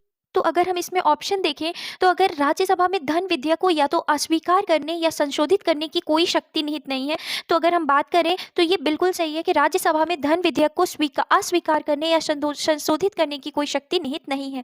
उसके बाद नेक्स्ट ऑप्शन है, राज्यसभा अनुदानों की मांगों पर मतदान नहीं कर सकती, तो सेकेंड ऑप्शन भी क्या है, बिल्कुल सही है। और तीसरा है, राज्यसभा में वार्षिक वित्तीय विवरण पर चर्चा नहीं हो सकती, तो ये गलत है। राज्यसभा में वार्षिक वित्तीय विवरण पर या बजट पर क्या होती है, चर्चा हो सकती है, तो तीसरा ऑप्शन गलत है। तो अगर हम बात करते हैं, बी ऑप्शन जो है इस प्रश्न का सही उत्तर होगा। एक्सप्लेनेशन अगर हम देखें, अनुच्छेद 109 के अनुसार धन विधेयक केवल लोकसभा में प्रस्तुत किए जा सकते हैं। तो अगर हमने पढ़ा है कि धन विधेयक जो है वो केवल कहाँ प्रस्तुत किए जा सकते हैं, लोकसभा में प्रस्तुत किए जा सकते हैं। लोकसभा द्वारा धन विधेयक पारित किए जाने के पश्चात राज्यसभा में उसकी सिफारिशों हेतु प्रेषित किया जाता है, जिसे राज्यसभा 14 दिन के भीतर अपनी सिफारिशों सहित लोकसभा को लौटा देती है। परंतु लोकसभा राज्यसभा की किसी सिफारिश को मानने या ना मानने के लिए क्या है, स्वतंत्र है। यदि राज्यसभा 14 दिनों के भीतर धन विधेयक लोकसभा को वापस नहीं करती, तो उसे उसी रूप में दोनों सदनों द्वारा क्या माना जाएगा, पारित माना जाएगा। अतः राज्यसभा को धन विधेयक में संशोधन या अस्वीकार करने की कोई भी शक्ति प्रदान नहीं है। इसके बाद संविधान के अनुच्छेद 113 के खंड 2 के अनुसार अनुदान मांगे लोकसभा में रखी जाएंगी तथा उसे ही उस पर मतदान का अधिकार होता है। अनुच्छेद 112 के अनुसार वार्षिक वित्तीय विवरण राष्ट्रपति द्वारा प्रत्येक वित्तीय वर्ष के संबंध में दोनों सदनों के समक्ष प्रस्तुत भारत सरकार की प्राप्तियों एवं व्यय का विवरण होता है, जिस पर दोनों सदनों में साधारण क्या होती है, चर्चा होती है। नेक्स्ट क्वेश्चन देखते हैं। इसके बाद अगर हम देखें, नेक्स्ट है, हमें निम्नलिखित कथनों पर क्या करना है, विचार। कथन है, किसी धन विधेयक के लोकसभा द्वारा पारित किए जाने और राज्यसभा को पारित किए जाने के बाद राज्यसभा की सिफारिशों लोकसभा द्वारा सिफारिशों की प्राप्ति के लिए 14 दिन के अंदर अनिवार्यतः स्वीकार की जानी होती है और तत्पश्चात उन्हें विधेयक में अंगीकृत किया जाना होता है। कारण दिया गया है कि धन विधेयक राज्यसभा में पेश नहीं किया जा सकता है। तो अगर हम ये दोनों ऑप्शन कथन और कारण देखें, तो अगर हम कथन देख रहे हैं, तो किसी धन विधेयक के लोकसभा द्वारा पारित किए जाने और राज्यसभा को पारित किए जाने के बाद राज्यसभा की सिफारिशें लोकसभा के द्वारा सिफारिशों की प्राप्ति के 14 दिन के अंदर अनिवार्यतः स्वीकार की जानी होती है और तत्पश्चात उन्हें विधेयक में अंगीकृत किया जाना होता है। तो ये जो फर्स्ट ऑप्शन है वो क्या है, गलत है। कथन ही गलत है। और कारण की बात करें तो धन विधेयक राज्यसभा में पेश नहीं किया जा सकता, तो कारण क्या है, सही है। तो मतलब पहला ऑप्शन सही है और सॉरी पहला गलत है और दूसरा क्या है, सही है। तो अगर हम यहाँ पे ऑप्शन के थ्रू चले तो ये डी ऑप्शन क्या है, बिल्कुल सही होगा, जिसमें ए स्टेटमेंट जो है वो गलत है लेकिन कारण जो है वो क्या है, सही है। इसके बाद अगला प्रश्न अगर हम देखें, निम्नलिखित में से कौन सा विधेयक राज्यसभा में प्रथम बार प्रस्तावित नहीं किया जा सकता। तो राज्यसभा में प्रथम बार प्रस्तावित नहीं किया जा सकता, वो कौन सा विधेयक है, तो धन विधेयक है। इसके बाद नेक्स्ट क्वेश्चन है, राज्यसभा किसी धन विधेयक में सारभूत संशोधन करती है तो तत्पश्चात क्या होगा। किसी धन विधेयक में जो सारभूत संशोधन करती है तो उसमें क्या होगा, तो अभी ऑप्शन देखें, लोकसभा राज्यसभा की अनुशंसाओं को स्वीकार करे या अस्वीकार करे, इस विधेयक पर आगे कार्यवाही कर सकती है। सेकंड है, लोकसभा विधेयक पर आगे कोई विचार नहीं कर सकती। तीसरा, लोकसभा विधेयक को पुनर्विचार के लिए राज्यसभा को लौटा सकती है। और चौथा है, राष्ट्रपति विधेयक को पारित करने के लिए संयुक्त बैठक आहूत कर सकता है। तो अगर हम इसमें देखें, ऑप्शन देखें, तो ऑप्शन ए जो है वो क्या है, करेक्ट है, क्योंकि लोकसभा राज्यसभा की अनुशंसाओं को स्वीकार करे या अस्वीकार करे, इस विधेयक पर आगे कार्यवाही क्या की जा सकती है, लोकसभा के द्वारा की जा सकती है। इसके बाद अगर हम एक्सप्लेनेशन देखते हैं, तो संविधान के अनुच्छेद 109 के खंड 2 के अनुसार लोकसभा राज्यसभा की अनुशंसाओं को या तो स्वीकार करेगी या उनमें से सभी या किन्हीं को अस्वीकार करेगी, क्योंकि धन विधेयक के बारे में लोकसभा को विशेष प्राधिकार संविधान द्वारा दिया गया है। इसके बाद अगला प्रश्न है, निम्न में से कौन सी शक्तियां लोकसभा को राज्यसभा की तुलना में अनन्य रूप से प्राप्त है। तो लोकसभा को राज्यसभा की तुलना में जो शक्तियां प्राप्त है, जो ज्यादा शक्तियां प्राप्त है, वो कौन कौन सी हैं, तो चलिए देखते हैं। हमने बात करनी है लोकसभा से रिलेटेड, तो धन वित्त विधेयक केवल लोकसभा में प्रस्तुत किया जा सकता है, बिल्कुल सही है। इसके बाद सेकंड है, धन विधेयक के निरस्तीकरण अथवा संशोधन के संबंध में, ये भी सही है। तीसरा है, मंत्रिपरिषद के उत्तरदायित्व के संबंध में, और चौथा है, अखिल भारतीय सेवाओं के सृजन के संबंध में। तो तीसरा अगर ऑप्शन देखें, मंत्रिपरिषद के उत्तरदायित्व के संबंध में, तो हमें पता है कि मंत्रिपरिषद किसके प्रति उत्तरदायी होती है, लोकसभा के प्रति, तो ये भी हमने देखा। अखिल भारतीय सेवाओं के सृजन के संबंध में जो शक्ति प्राप्त है वो किसको है, राज्यसभा को है, तो हमें ये फोर्थ ऑप्शन हो जाएगा गलत। और अगर हम ऊपर की 3 शक्तियों को देखें तो वो किससे संबंधित है, लोकसभा से, तो ये अगर बी ऑप्शन क्या है, बिल्कुल सही है। आइए एक्सप्लेनेशन देखते हैं। धन विधेयक में के प्रस्तुतिकरण और इसके निरस्तीकरण एवं संशोधन के संबंध में अनुच्छेद 109 तथा मंत्रिपरिषद के उत्तरदायित्व के संबंध में अनुच्छेद 75 के खंड 3, लोकसभा को राज्यसभा की तुलना में अनन्य रूप से शक्तियां प्राप्त हैं। अखिल भारतीय सेवाओं के सृजन अनुच्छेद 312 के संबंध में राज्यसभा को अनन्य शक्ति दी गई है। नेक्स्ट क्वेश्चन देखिए, निम्नलिखित विशेषाधिकारों में से कौन से भारत के संविधान द्वारा राज्यसभा को प्रदत्त किए जाते हैं? तो अगर हम विशेषाधिकारों की बात करें और यहाँ पे किसके विशेषाधिकार की बात हो रही है, राज्यसभा को, तो अगर हम बात करें तो ऑप्शन फर्स्ट है कि राज्य का वर्तमान राज्य क्षेत्र परिवर्तित करना और राज्य का नाम परिवर्तित करना। सेकेंड है संसद को राज्य सूची में नियम बनाने और एक अथवा एकाधिक अखिल भारतीय सेवाओं का सृजन करने हेतु सशक्त बनाने के लिए एक प्रस्ताव पारित करना।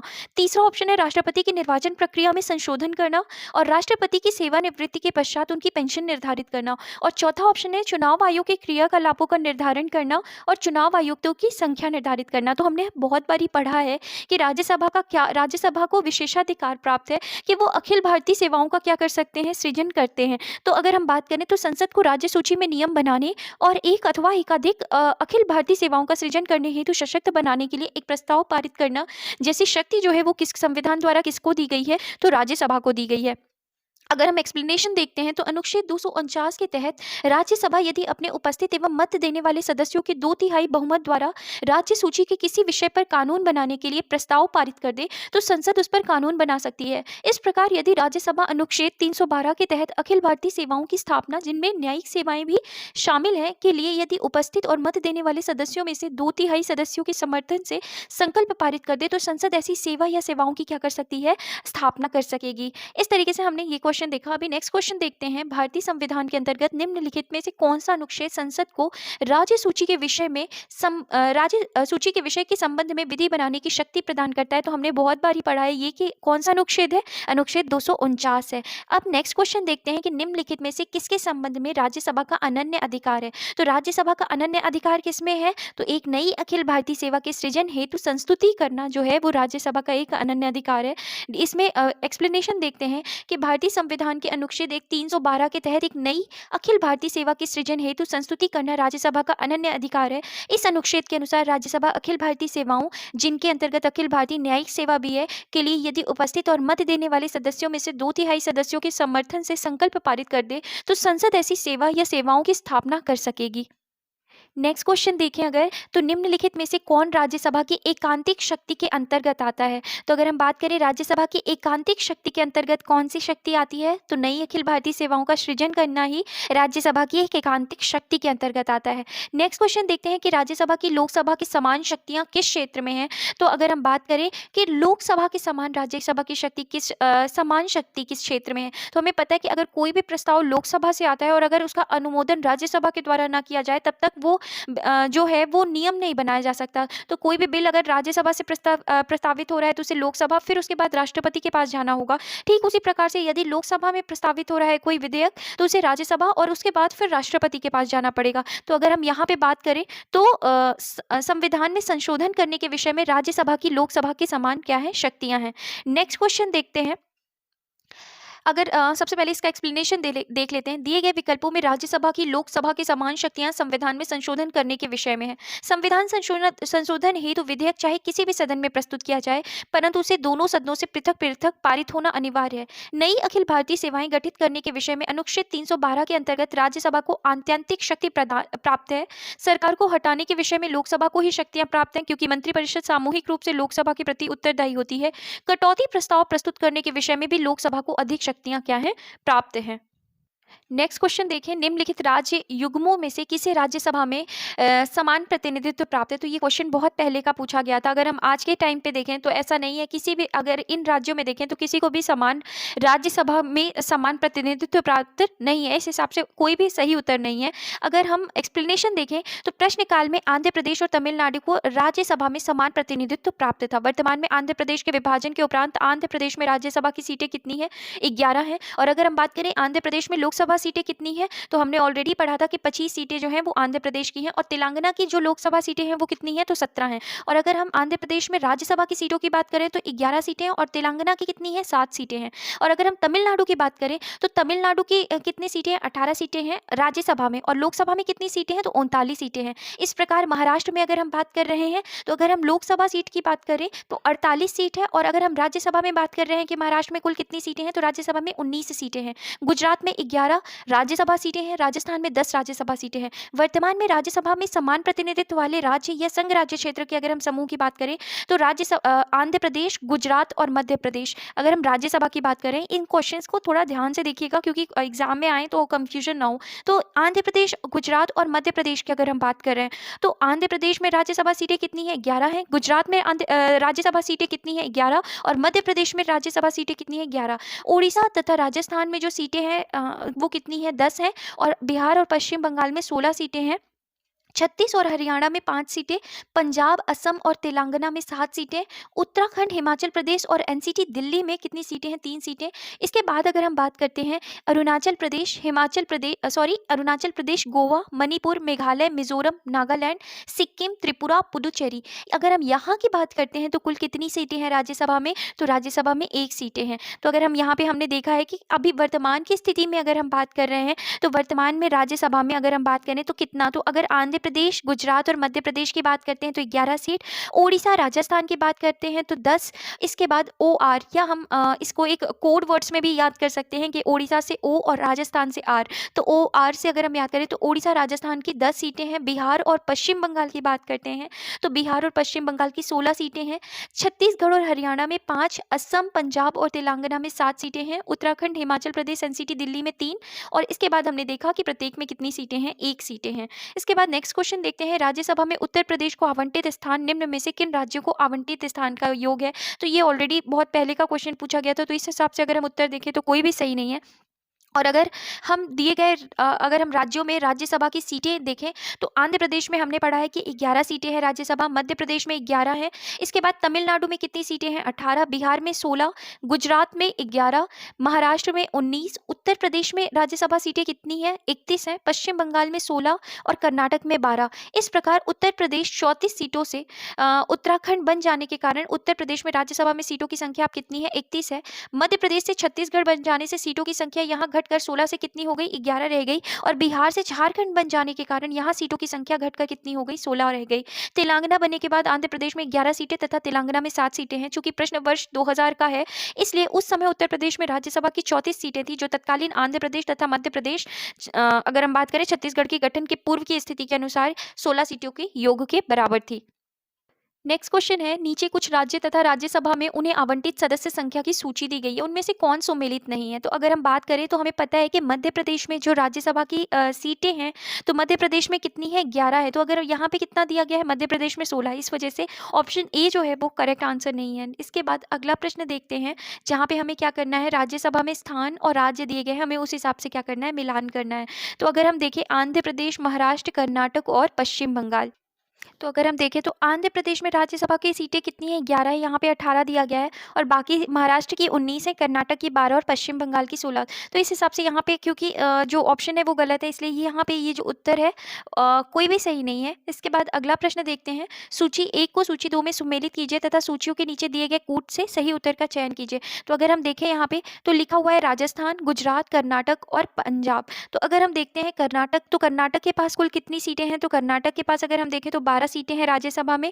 इसके बाद अगर हम बात करें गुजरात की तो गुजरात में कितनी सीटें हैं? गुजरात में 11 सीटें हैं। और राजस्थान में कुल कितनी सीटें हैं?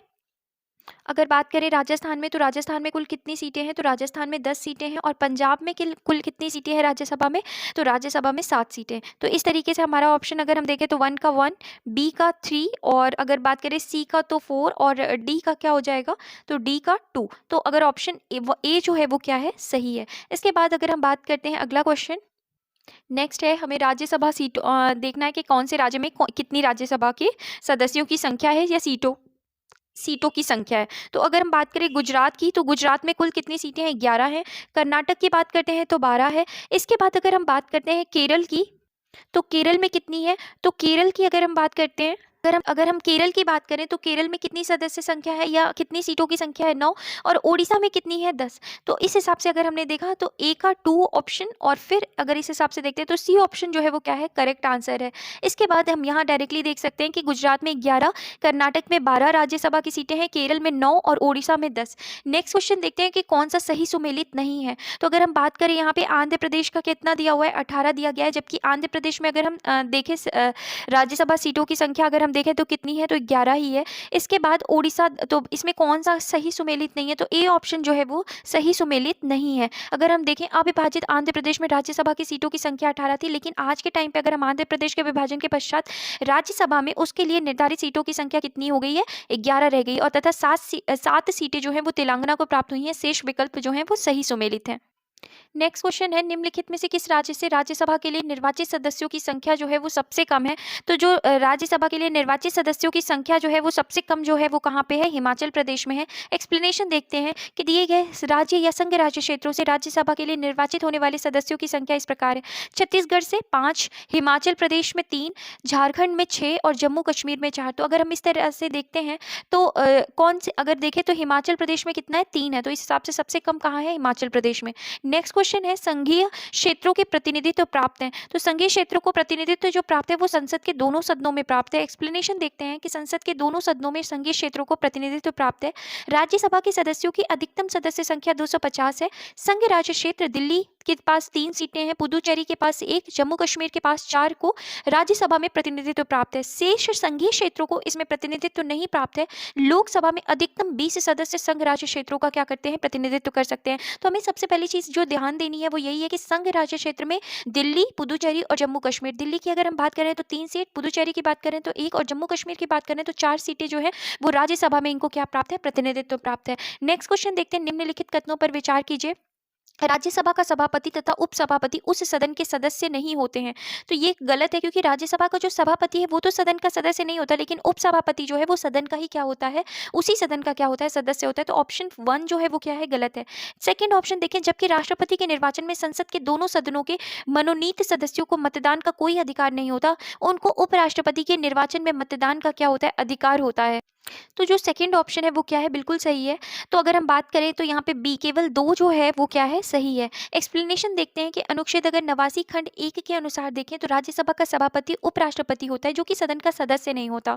लेकिन अगर हम बात करें अनुच्छेद 89 खंड 2 के अनुसार राज्यसभा का उपसभापति सदस्यों में से चुना जाता है, इसलिए कथन 1 गलत है। अनुच्छेद 54 का के अनुसार राष्ट्रपति के निर्वाचन में संसद के दोनों सदनों के निर्वाचित सदस्य निर्वाचक गण में शामिल होते हैं, न कि मनोनीत सदस्य। जबकि अनुच्छेद 66 के खंड 1 के अनुसार उपराष्ट्रपति के निर्वाचन में संसद के दोनों सदनों के सभी सदस्य भाग लेते हैं, इसलिए कथन 2 जो है वो क्या है, सही है। अगला प्रश्न देखते हैं, राज्यसभा का अध्यक्ष। तो राज्यसभा का अध्यक्ष क्या होता है, उपराष्ट्रपति जो होते हैं वो पदेन अध्यक्ष होता है। इसके बाद एक्सप्लेनेशन देख लेते हैं कि 89 खंड 1 में अनुच्छेद में यह उल्लेखित किया गया है कि भारत का उपराष्ट्रपति राज्यसभा का पदेन सभापति होगा, अतः विकल्प सी जो है वो सही है। अनुच्छेद 66 खंड 1 के तहत उपराष्ट्रपति का निर्वाचन संसद के दोनों सदन राज्यसभा तथा लोकसभा के सदस्यों को मिलाकर बनने वाले निर्वाचक मंडल द्वारा किया जाता है। इसके बाद अगला क्वेश्चन, किस सभा का अध्यक्ष उसका सदस्य नहीं होता। तो राज्यसभा का जो अध्यक्ष होता है उसका सदस्य नहीं होता, हमने देखा है उपराष्ट्रपति के तौर पर। तो अभी एक्सप्लेनेशन देख लेते हैं कि राज्यसभा का पदेन सभापति उपराष्ट्रपति होता है और वह राज्यसभा का सदस्य नहीं होता है, परंतु उसका निर्वाचन संसद के दोनों सदनों के सदस्यों द्वारा होता है। संविधान के अनुच्छेद 89 खंड 1 एवं अनुच्छेद 64 के अनुसार वह राज्यसभा का पदेन सभापति होता है। नेक्स्ट क्वेश्चन है, राज्यसभा का पदेन सभापति कौन होता है। तो कौन होता है, उपराष्ट्रपति होता है। नेक्स्ट क्वेश्चन की बात करें, निम्नलिखित में से किस एक सदन का अध्यक्ष एक गैर सदस्य होता है। तो अगर हम बात करें तो राज्यसभा का जो अध्यक्ष होता है उपराष्ट्रपति, उसका अगर हम देखें तो राज्यसभा से किसी भी तरीके से लेना देना नहीं होता है, तो एक गैर सदस्य होता है वो। नेक्स्ट क्वेश्चन है, निम्न में से कौन राज्यसभा का अध्यक्ष होता है। तो भारत के उपराष्ट्रपति जो है वो जो है राज्यसभा के अध्यक्ष होते हैं। नेक्स्ट क्वेश्चन है, राज्यसभा के चेयरमैन कौन होते हैं। तो हमें पता है राज्यसभा के चेयरमैन कौन होते हैं, भारत के उपराष्ट्रपति होते हैं। नेक्स्ट क्वेश्चन, राज्यसभा के वर्तमान सभापति कौन है। तो अगर हम बात करें राज्यसभा के वर्तमान सभापति की, क्योंकि यहाँ पे 2010 से रिलेटेड क्वेश्चन था, तो इसमें से कोई भी नहीं। और अगर हम बात करें तो भारतीय संविधान के अनुच्छेद 64 एवं अनुच्छेद 89 खंड 1 के अनुसार उपराष्ट्रपति राज्यसभा का पदेन सभापति होगा, तदनुसार राज्यसभा के वर्तमान सभापति जो है वो कौन है, वेंकैया नायडू हैं। इसके बाद अगला प्रश्न है, राज्यसभा का सर्वप्रथम गठन जो है वो किस वर्ष हुआ। तो जो राज्यसभा का सर्वप्रथम गठन है वो 1952 में हुआ था। एक्सप्लेनेशन देखते हैं कि भारतीय संसद 2 सदनों लोकसभा तथा राज्यसभा तथा राष्ट्रपति से मिलकर बनी है। राज्यसभा एक स्थायी सदन है, इसके सदस्यों की संख्या 250 से अधिक नहीं हो सकती। इसका विघटन नहीं होता, बल्कि इसके 1/3 सदस्य प्रत्येक 2 वर्ष पर सेवानिवृत्त हो जाते हैं। सर्वप्रथम इसका जो गठन है वो 3 अप्रैल 1952 को हुआ था। तो हमें ये ध्यान रखना है कि राज्यसभा का गठन जो है वो 3 अप्रैल 1952 को हुआ था। इसकी पहली बैठक 13 मई 1952 को हुई। इसके बाद अगला क्वेश्चन है, निम्नलिखित में से कौन राज्यसभा का सदस्य होते हुए भी लोकसभा की कार्यवाही में भाग ले सकता है? तो कौन राज्यसभा का सदस्य होते हुए भी लोकसभा की कार्यवाही में भाग ले सकता है? तो राज्यसभा का मनोनीत सदस्य, राज्यसभा के उपसभापति, मंत्री जो राज्यसभा का सदस्य हो, राज्यसभा में सदन का नेता और इनमें से कोई नहीं। तो अगर हम बात करें तो मंत्री जो राज्यसभा का सदस्य होगा, वो राज्यसभा का सदस्य होते हुए भी लोकसभा की कार्यवाही में क्या कर सकता है? भाग ले सकता है, बस वोट नहीं कर सकता है। तो हमें ये ध्यान रखना है। इसके बाद ये एक्सप्लेनेशन है, वह मंत्री जो राज्यसभा का सदस्य हो, राज्यसभा का सदस्य होते हुए भी लोकसभा की कार्यवाही में क्या कर सकता है? भाग ले सकता है। तो इस तरीके से फ्रेंड्स हमने ये सारे जो भी एमसीक्यूज रिलेटेड क्वेश्चंस थे उनको कंप्लीट किया। आई होप आपको ये सेशन अच्छा लगा हो। अगर आपको अच्छा लगा हो तो प्लीज़ कमेंट करें, लाइक करें, शेयर करें और सब्सक्राइब करें। और जो भी आपको कमियां लग रही हो तो वो कमेंट सेक्शंस में आप बता सकते हैं। एंड प्लीज़ लाइक करें, शेयर करें और सब्सक्राइब करें। Thank you.